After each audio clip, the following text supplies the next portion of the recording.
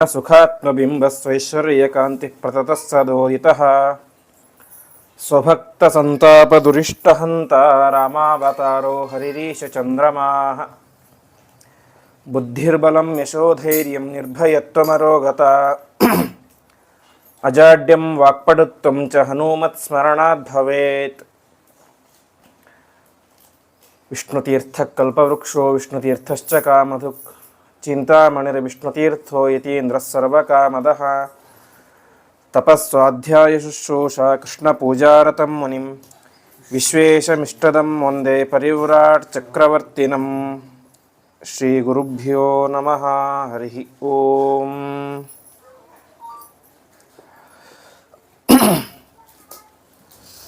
ರಾಮನವಮಿಯಿಂದ ಆರಂಭ ಮಾಡಿ ಅವನ ಭಕ್ತರಲ್ಲಿ ಶ್ರೇಷ್ಠ ಭಕ್ತರು ಅಂತ ಹೇಳಿದರೆ ಹನುಮಂತ ದೇವರು. ಅಂತಹ ಹನುಮಂತ ದೇವರು ಅವತಾರ ಮಾಡಿದಂತಹ ದಿವ್ಯ ದಿನ ಅದು ಇಂದಿನ ದಿನ, ಹನುಮ ಜಯಂತಿ. 6 ದಿವಸಗಳಿಂದಾಗಿ ನಿರಂತರವಾಗಿ ಪ್ರತಿನಿತ್ಯ ಆ ರಾಮದೇವರ ದಿವ್ಯವಾದಂತಹ ಚರಿತ್ರೆಯನ್ನು ಕೇಳ್ತಾ ಬಂದಿದ್ದೇವೆ.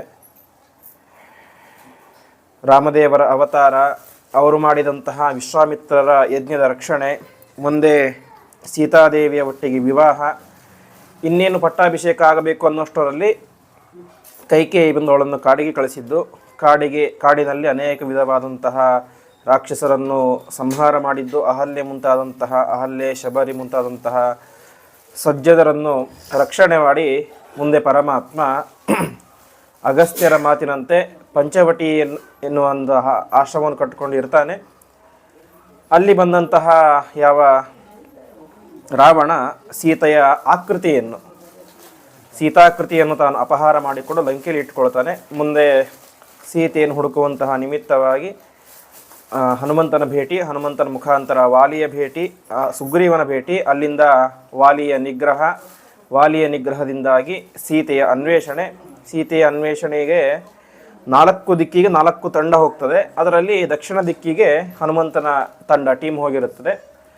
ಅಲ್ಲಿ ಹೀಗೆ ಹನುಮಂತ ಸೀತೆಯನ್ನು ಹುಡುಕಿದ್ದು ಮಾತ್ರ ಅಲ್ಲ, ತಾನು ಬಂದಿರುವ ವಿಚಾರ, ರಾಮನ ಸೈನ್ಯ ಎಷ್ಟು ಪ್ರಬಲವಾಗಿದೆ ಅನ್ನುವಂಥ ವಿಚಾರ ಅದು ರಾವಣನಿಗೆ ಗೊತ್ತಾಗಬೇಕು ಅನ್ನೋಂಥ ಒಂದು ಉದ್ದೇಶದಿಂದಾಗಿ ಸಮಸ್ತ ಲಂಕಾಪಟ್ಟಣವನ್ನೇ ತನ್ನ ಬಾಲದ ಬೆಂಕಿಯಿಂದಾಗಿ ಸುಟ್ಟು ರಾಮನ ಹತ್ತಿರ ಬಂದು ಸುದ್ದಿ ಹೇಳ್ತಾನೆ.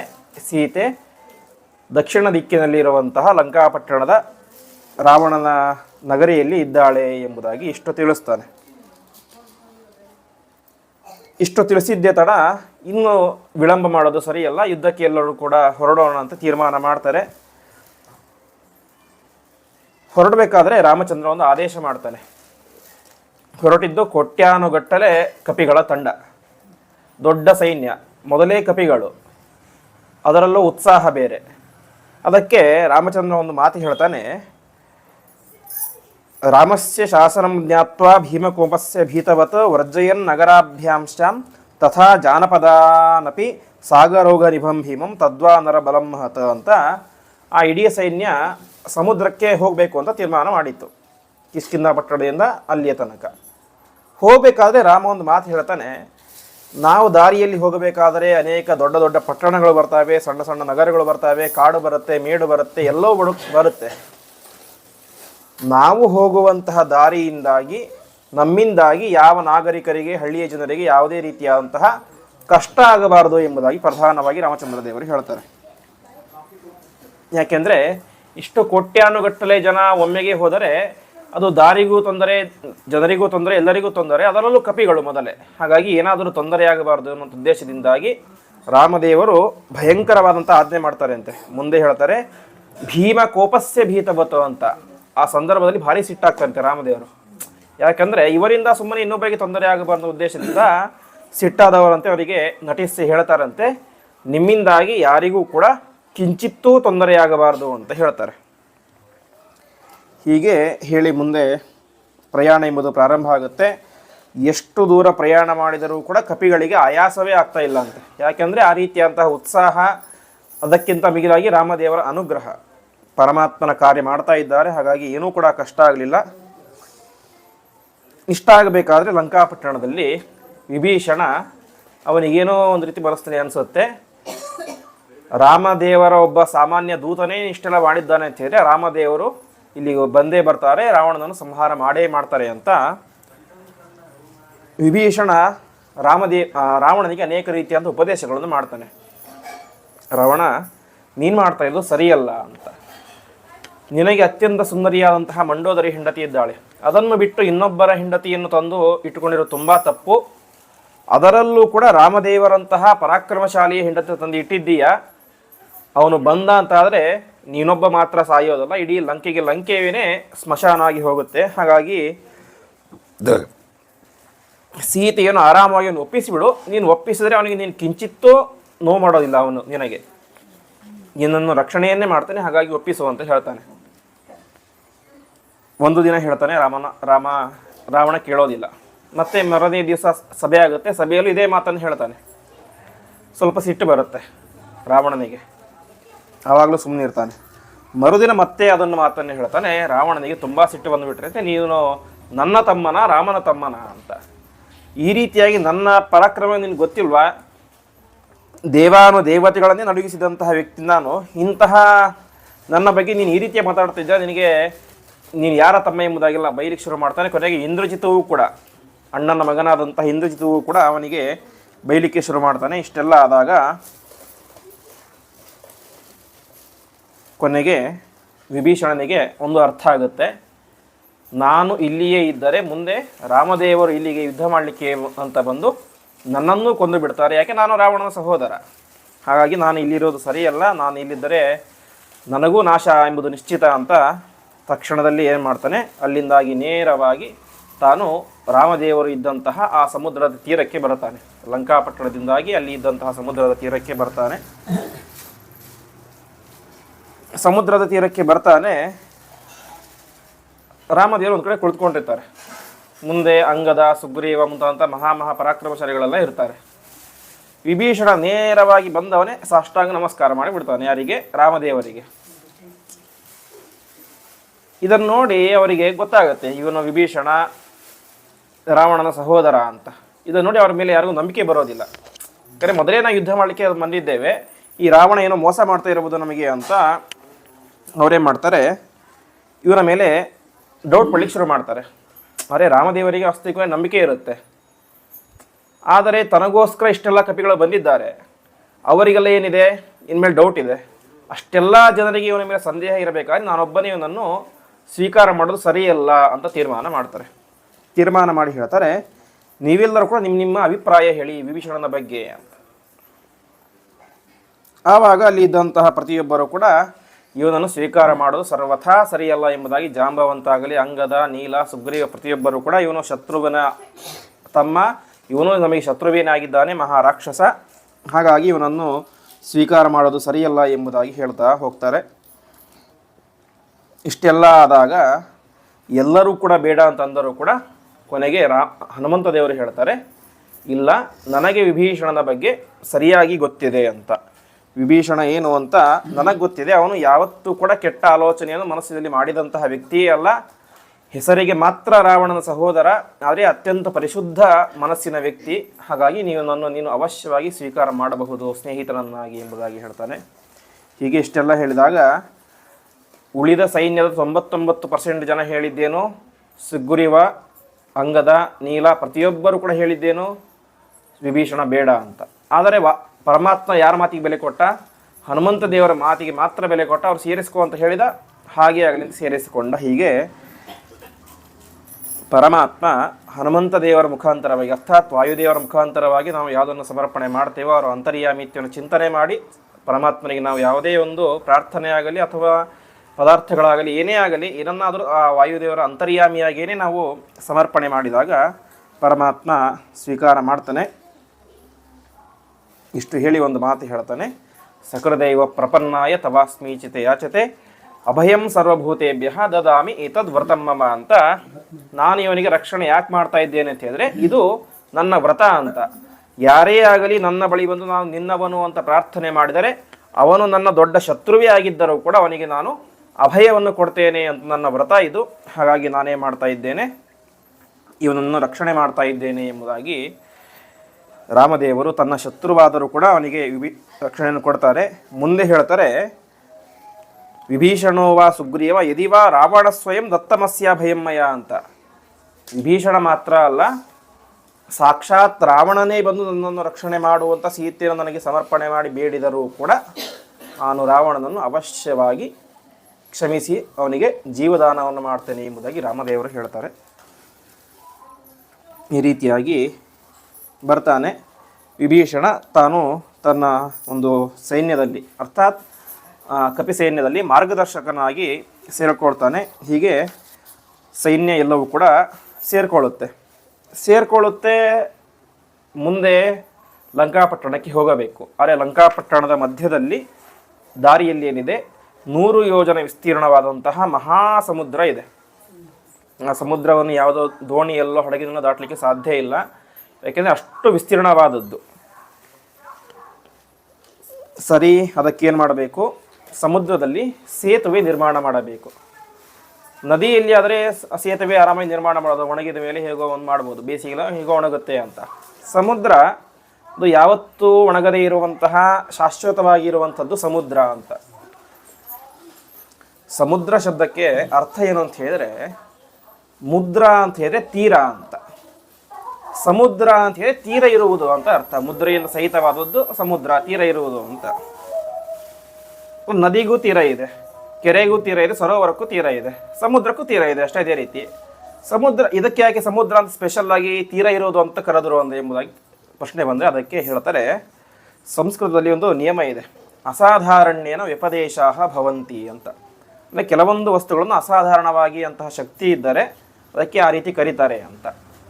ಈಗ ನಾವೊಂದು ನದಿಯ ತೀರಕ್ಕೆ ಹೋದರೆ, ಒಂದು ಕೆರೆಯ ತೀರಕ್ಕೆ ಹೋದರೆ ಆ ಕಡೆ ತೀರ ನಮಗೆ ಕಾಣಿಸುತ್ತೆ. ಹಾಗಾಗಿ ನಮ್ಗೆ ಹೆಂಗೆ ಗೊತ್ತಾಗುತ್ತೆ ಇದಕ್ಕೊಂದು ತೀರ ಇದೆ ಅಂತ. ಅದೇ ಸಮುದ್ರದ ಒಂದು ತೀರಕ್ಕೆ ಹೋಗಿ ನಿಂತ್ಕೊಂಡ್ರೆ ಆ ಕಡೆ ದಡ ತೀರ ನಮಗೆ ಕಾಣಿಸೋದೇ ಇಲ್ಲ, ಅಷ್ಟು ವಿಸ್ತಾರವಾಗಿ ಆಕಾಶವೇ ಕೆಳಗೆ ಬಂದಿದ್ದೀನೋ ಅಂತ. ಆ ರೀತಿಯಾಗಿ ಎಷ್ಟು ದೂರ ಹೋದ್ರೆ ಹಾಗೆ ಕಾಣಿಸುತ್ತೆ, ಇದಕ್ಕೆ ತೀರ ಇಲ್ಲವೇನೋ ಅಂತ ಅನಿಸುತ್ತೆ. ಆದರೆ ಅದಕ್ಕೆ ಹೇಳ್ತಾರೆ ಇದು ಸಮುದ್ರ, ಇದಕ್ಕೂ ತೀರ ಇದೆ ಎಂಬುದಾಗಿ ತಿಳಿಸ್ಲಿಕ್ಕೋಸ್ಕರ ಇದಕ್ಕೆ ಏನಂತ ಕರೆದ್ರು, ಸಮುದ್ರ ಎಂಬುದಾಗಿ ಕರೆದರು ಎಂಬುದಾಗಿ ಸಮುದ್ರ ಶಬ್ದದ ಅರ್ಥವನ್ನು ಹೇಳ್ತಾರೆ. ಅದೇ ರೀತಿಯಾಗಿ ಸಾಗರ ಅಂತ ಕರೀತಾರೆ. ಸಾಗರ ಅಂತ ಯಾಕಂದ್ರೆ ಮೊನ್ನೆ ಹೇಳಿದಂತೆ ಆ ಸಾಗರನ 60,000 ಜನ ಮಕ್ಕಳು ಪಾತಾಳ ಲೋಕಕ್ಕೆ ಹೋಗಲಿಕ್ಕೆ ಅಂತ ಸಮುದ್ರ ಅದನ್ನು ಭೂಮಿಯನ್ನು ಅಗದಾಗ ಅಲ್ಲಿ ತುಂಬಿಕೊಂಡಂತಹ ನೀರೇನೇ ಸಾಗರವಾಗಿ ಪರಿಣಾಮ ಆಯಿತು ಎಂಬುದಾಗಿ ಹೇಳ್ತಾರೆ. ಈ ರೀತಿಯಾಗಿ ಸೇತು ಬಂಧನ ಮಾಡಬೇಕು, ಅದಕ್ಕೆ ಸಮುದ್ರ ರಾಜ ಅವಕಾಶ ಕೊಡಬೇಕು. ಸರಿ ಅಂತ ಮೊದಲು ಸಾಮ ಅಂದರೆ ಮಾತು ಹೇಳಿ ಕೆಲಸ ಮಾಡಿಸ್ಕೊಳ್ಬೇಕು ಅಂತ ರಾಮದೇವರು ಏನು ಮಾಡ್ತಾರೆ, ಸಮುದ್ರದ ಮುಂದೆ ದರ್ಭೆಯನ್ನು ಹಾಸಿಕೊಂಡು ಅವನೇ ಬಂದು ಒಂದು ಅವಕಾಶವನ್ನು ಕೊಡಲಿ ಅಂತ ಹಾಗೆ ಕೂತ್ಕೊಳ್ತಾರೆ. ರಾಮದೇವರು ಪ್ರಾರ್ಥನೆಯನ್ನು ಕೂಡ ಮಾಡ್ತಾರೆ, ಬಂದು ನನಗೆ ಜಾಗವನ್ನು ಕೊಡು ಅಂತ. ಎಷ್ಟು ಪ್ರಾರ್ಥನೆ ಮಾಡಿದರೂ ಕೂಡ ಸಮುದ್ರ ರಾಜ ಏನು ಮಾಡೋದಿಲ್ಲ, ಅವನು ಬರೋದೇ ಇಲ್ಲ. ಅವನಿಗೇನು, ರಾಮದೇವರ ನನ್ನ ಹತ್ತಿರ ಒಂದು ಪ್ರಾರ್ಥನೆ ಮಾಡ್ತಾ ಇದ್ದಾರೆ ಅಂತ, ನಾನೇ ಮಹಾಪರಾಕ್ರಮಿ, ರಾಮದೇವರು ನನಗಿಂತ ಕಡಿಮೆ ಎನ್ನುವಂತಹ ಬುದ್ಧಿ ಯಾರಿಗಿತ್ತು, ಸಮುದ್ರ ರಾಜನಿಗೆ ಇತ್ತು. ಹಾಗಾಗಿ ಅವನು ಬರಲೇ ಇಲ್ಲ ಅಂತೆ. ಎಷ್ಟು ದಿವಸ ಆದರೂ ಕೂಡ ಬರಲೇ ಇಲ್ಲ. ಕೊನೆಗೆ ರಾಮದೇವರಿಗೆ ಸಿಟ್ಟು ಬರುತ್ತೆ. ಅವ್ರು ಹೇಳ್ತಾರೆ, ಚಾಪಮಾನಯ ಸೌಮಿತ್ರೇ ಶರಾಂಶ್ಚ ಶಿ ವಿಶೋಪಮಾನ್ ಸಾಗರಂ ಶೋಷಯಿಷ್ಯಾಮಿ ಪದ್ಭ್ಯಾಂ ಯಾತು ಪ್ಲವಂಗಮಾಹ ಅಂತ. ಲಕ್ಷ್ಮಣ, ಆದಷ್ಟು ಬೇಗ ಹೋಗಿ ನನ್ನ ಕೋದಂಡವನ್ನು ತೆಗೆದುಕೊಂಡು ಬಾ. ಯಾವ ಸೇತುವೆ ಬೇಡ, ಕಲ್ಲು ಮಣ್ಣು ಯಾವುದೂ ಬೇಡ, ಒಂದೇ ಒಂದು ಬಾಣದಿಂದಾಗಿ ಇಡೀ ಸಮುದ್ರವನ್ನೇ ಒಣಗಿಸಿ ಬಿಡ್ತೇನೆ. ಸಾಗರಂ ಶೋಷಯಿಷ್ಯಾಮಿ, ಇಡೀ ಸಮುದ್ರವನ್ನೇ ಒಣಗಿಸಿ ಬಿಡ್ತೇನೆ, ನಾಶ ಮಾಡ್ತೇನೆ. ಎಲ್ಲ ಕಪಿಗಳು ಕೂಡ ಸಮುದ್ರದಲ್ಲಿ ನಡೆದುಕೊಂಡೇ ಲಂಕಾಪಟ್ಟಣಕ್ಕೆ ಹೋಗಲಿ, ಸೇತುವೆ ಬೇಡ, ಏನೂ ಬೇಡ, ಸಮುದ್ರವನ್ನೇ ಒಣಗಿಸಿ ಬಿಡ್ತೇನೆ, ಸಮುದ್ರದಲ್ಲಿ ಆರಾಮವಾಗಿ ಎಲ್ಲ ಕಪಿಗಳು ಕೂಡ ನಡೆದುಕೊಂಡು ಹೋಗಲಿ ಎಂಬುದಾಗಿ ಸಿಟ್ಟಿನಿಂದಾಗಿ ಹೇಳ್ತಾನೆ. ಇಲ್ಲಿ ತನಕ ಸಮುದ್ರ ರಾಜ ಸುಮ್ಮನೆ ಇದ್ದ. ಯಾವಾಗ ಈ ರೀತಿಯಾದಂತಹ ರಾಮದೇವರ ಕೋಪವನ್ನು ಕಂಡನೋ ತಕ್ಷಣದಲ್ಲಿ ತಾನೇ ಎದ್ದು ಬಂದು ರಾಮದೇವರಿಗೆ ಸಾಷ್ಟಾಂಗ ನಮಸ್ಕಾರ ಮಾಡಿ ತಾನು ದಯವಿಟ್ಟು ನನ್ನನ್ನು ಕ್ಷಮಿಸು, ನನಗೆ ಎಲ್ಲ ವ್ಯವಸ್ಥೆಯನ್ನು ಮಾಡ್ತೇನೆ ಎಂಬುದಾಗಿ ಹೇಳ್ತಾರೆ. ಆದರೆ ರಾಮದೇವರು ಆಲ್ರೆಡಿ ಕೈಯಲ್ಲಿ ಬಾಣ ಹಿಡ್ಕೊಂಡಾಗ್ಬಿಟ್ಟಿತ್ತು. ರಾಮದೇವರದೊಂದು ವರ್ತ ಇದೆ, ನಾವು ಪರಶುರಾಮ ದೇವರ ಸಂದರ್ಭದಲ್ಲಿ ನೋಡಿದ್ದೇವೆ. ಹೂಡಿದ ಬಾಣ ಅದು ಯಾವತ್ತೂ ವ್ಯರ್ಥ ಆಗಬಾರದು. ಈಗ ಬಾಣ ಹೂಡಿ ಆಗಿಬಿಟ್ಟಿದೆ. ಸಮುದ್ರದ ಮೇಲೆ ಪ್ರಯೋಗ ಮಾಡೋಣ ಅಂತ ಹೇಳಿದ್ರೆ ಸಮುದ್ರ ರಾಜ ಬಂದು ನಮಸ್ಕಾರ ಮಾಡಿದ್ದಾನೆ, ಅವನ ಮೇಲೆ ಪ್ರಯೋಗ ಮಾಡಲಿಕ್ಕೆ ಆಗೋದಿಲ್ಲ. ಮತ್ತೆಲ್ಲಿ ಪ್ರಯೋಗ ಮಾಡಬೇಕು? ಇರುವವರೆಲ್ಲ ತನ್ನ ಕಪಿಗಳೇ, ತನ್ನವರೇ. ಅದಕ್ಕೆ ಒಂದು ತೀರ್ಮಾನ ಮಾಡ್ತಾನೆ. ಅದು ದೊಡ್ಡ ಸಮುದ್ರದಲ್ಲಿ ಮಧ್ಯ ದೊಡ್ಡ ದೊಡ್ಡ ದ್ವೀಪಗಳಿರ್ತವೆ, ಐರ್ಲ್ಯಾಂಡ್ ಇರ್ತವೆ. ಹಾಗಾಗಿ ಆ ದ್ವೀಪಗಳಲ್ಲಿ ಅನೇಕ ಕೆಟ್ಟ ಕೆಟ್ಟ ಜನ ಇದ್ದರು, ಭಯೋತ್ಪಾದಕರು. ಆ ಸಮುದ್ರದಲ್ಲಿ ಬರುವಂತಹ ಜನರನ್ನು, ಪ್ರವಾಸಿಗರನ್ನೆಲ್ಲ ತಿಂದು ಅವರ ಹತ್ರ ಬೆಳ್ಳಿ ಬಂಗಲೆಯನ್ನು ಅಪಹಾರ ಮಾಡುವಂಥ ದೊಡ್ಡ ಭಯೋತ್ಪಾದಕರು ಇದ್ದರಂತೆ. ಆ ಭಯೋತ್ಪಾದಕರ ಮೇಲೆ ಈ ಬಾಣವನ್ನು ಪ್ರಯೋಗ ಮಾಡಿ ಅಲ್ಲಿ ಸಮುದ್ರದ ಮಧ್ಯದಲ್ಲಿ ಇದ್ದಂತಹ ಎಲ್ಲರ ದುಷ್ಟರನ್ನು ಕೂಡ ರಾಮದೇವರ ಬಾಣ ಎಂಬುದು ನಾಶ ಮಾಡುತ್ತೆ ಎಂಬುದಾಗಿ ತಿಳಿಸ್ತಾರೆ. ಈ ರೀತಿಯಾಗಿ ಮುಂದೆ ಸಮುದ್ರದಲ್ಲಿ ಸೇತುವೆಯನ್ನು ಕಟ್ಟಬೇಕು. ಸೇತುವೆಯನ್ನು ಕಟ್ಟಲಿಕ್ಕೋಸ್ಕರ ಅಲ್ಲೇ ಇದ್ದಂತಹ ದೊಡ್ಡ ದೊಡ್ಡ ಪರ್ವತದ ಕಲ್ಲುಗಳನ್ನೆಲ್ಲ ತೆಗೆದುಕೊಂಡು ಬಂದು ರಾಮದೇವರ ಹಸ್ತಸ್ಪರ್ಶದಿಂದಾಗಿ ಆ ಕಲ್ಲುಗಳು ಸಮುದ್ರದಲ್ಲಿ ಬಿದ್ದರೆ ತಕ್ಷಣ ಆ ಎಲ್ಲ ಕಲ್ಲುಗಳು ಕೂಡ ಮುಳುಗದೇನೆ ತೇಲಿಕ್ಕೆ ಪ್ರಾರಂಭ ಆದವು ಎಂಬುದಾಗಿ ಹೇಳ್ತಾರೆ. ಹೀಗೆ ಒಂದೊಂದೇ ಕಲ್ಲನ್ನು ಹಾಕ್ತಾ ಹೋಗಿ ದೂರದ ಈ ಒಂದು 100 ಯೋಜನ ದೂರದ ಸಮಗ್ರ ಆ ಸಮುದ್ರಕ್ಕೆ ಒಂದು ಕಲ್ಲಿನ ಸೇತುವೆಯನ್ನು ಎಲ್ಲ ಕಪಿಗಳು ಕೂಡ ರಾಮದೇವರ ಅನುಗ್ರಹದಿಂದಾಗಿ ಕಟ್ತಾರೆ ಎಂಬುದಾಗಿ ಹೇಳ್ತಾರೆ. ಈ ರೀತಿಯಾಗಿ ಎಲ್ಲರೂ ಕೂಡ ಆ ಸೇತುವೆ ಮುಖಾಂತರ ರಾವಣನ ಲಂಕಾಪಟ್ಟಣವನ್ನು ಪ್ರವೇಶ ಮಾಡಿದ ತಕ್ಷಣ ಏನಾಗುತ್ತೆ, ರಾವಣನಿಗೆ ವಿಚಾರ ಗೊತ್ತಾಗುತ್ತೆ, ರಾಮನ ಅಪಾರವಾದಂತಹ ಸೈನ್ಯ ಬಂದಿದೆ ಅಂತ. ಆವಾಗ ಅವನೇನು ಮಾಡ್ತಾನೆ, ಶುಕ ಎಂಬುವಂಥ ಅವನೊಬ್ಬ ದೂತ ಇರ್ತಾನೆ, ಪಕ್ಷಿಯ ರೂಪದಲ್ಲಿ ಇರ್ತಾನೆ. ಅವನನ್ನು ಕಳಿಸಿ ಹೇಳ್ತಾನೆ. ಅವನು ಹೋಗಿ ಏನು ಮಾಡ್ತಾನೆ, ಅಲ್ಲಿದ್ದಂತಹ ಈ ಸುಗ್ರೀವ ಅಂಗದವರಿಗೆ ತಲೆ ಕೆಡಿಸ್ಲಿಕ್ಕೆ ಶುರು ಮಾಡ್ತಾನೆ. ಶುಕ ಬಂದು ಹೇಳ್ತಾನೆ, ಅಲ್ಲ ಸುಗ್ರೀವ, ಜಗಳ ಇರೋದು ಯಾರಿಗೆ? ರಾಮನಿಗೂ. ನಿನಗೇ ಸಂಬಂಧ ಇದೆ, ನೀನ್ಯಾಕೆ ಬರ್ತೀಯ? ರಾವಣ ಮೊದಲೇ ದೊಡ್ಡ ಪರಾಕ್ರಮಶಾಲಿ, ನಿನ್ನನ್ನು ಸಂಹಾರನೆ ಮಾಡಿಬಿಡ್ತಾನೆ. ಹಾಗಾಗಿ ಸುಮ್ಮನೆ ನಿನ್ನ ಎಲ್ಲ ಸೈನ್ಯವನ್ನು ಕೂಡ ಕರೆದುಕೊಂಡು ಹೋಗಿಬಿಡು ಎಂಬುದಾಗಿ. ಈ ರೀತಿಗೆ ಒಬ್ಬೊಬ್ಬರ ತಲೆ ಕೆಡಿಸ್ಲಿಕ್ಕೆ ಅವನು ಪ್ರಯತ್ನ ಮಾಡ್ತಾನೆ. ಆದರೆ ಸುಗ್ರೀವ ಹೇಳ್ತಾನೆ, ನಾನು ಯಾವತ್ತಿದ್ದರೂ ಕೂಡ ರಾಮದೇವರ ಒಬ್ಬ ಪ್ರಧಾನ ಸೇವಕ, ಅವನು ಯಾವ ರೀತಿಯಾಗಿ ಹೇಳ್ತೋ ಅದನ್ನು ನಾನು ಕೇಳುವಂತಹ ಸೇವಕ ಮಾತ್ರ. ಹಾಗಾಗಿ ನಿನ್ನ ಬುದ್ಧಿವಾದ ನನಗೆ ಬೇಕಾಗಿಲ್ಲ ಎಂಬುದಾಗಿ ಅವನನ್ನು ಕಳಿಸಿಬಿಡ್ತಾನೆ.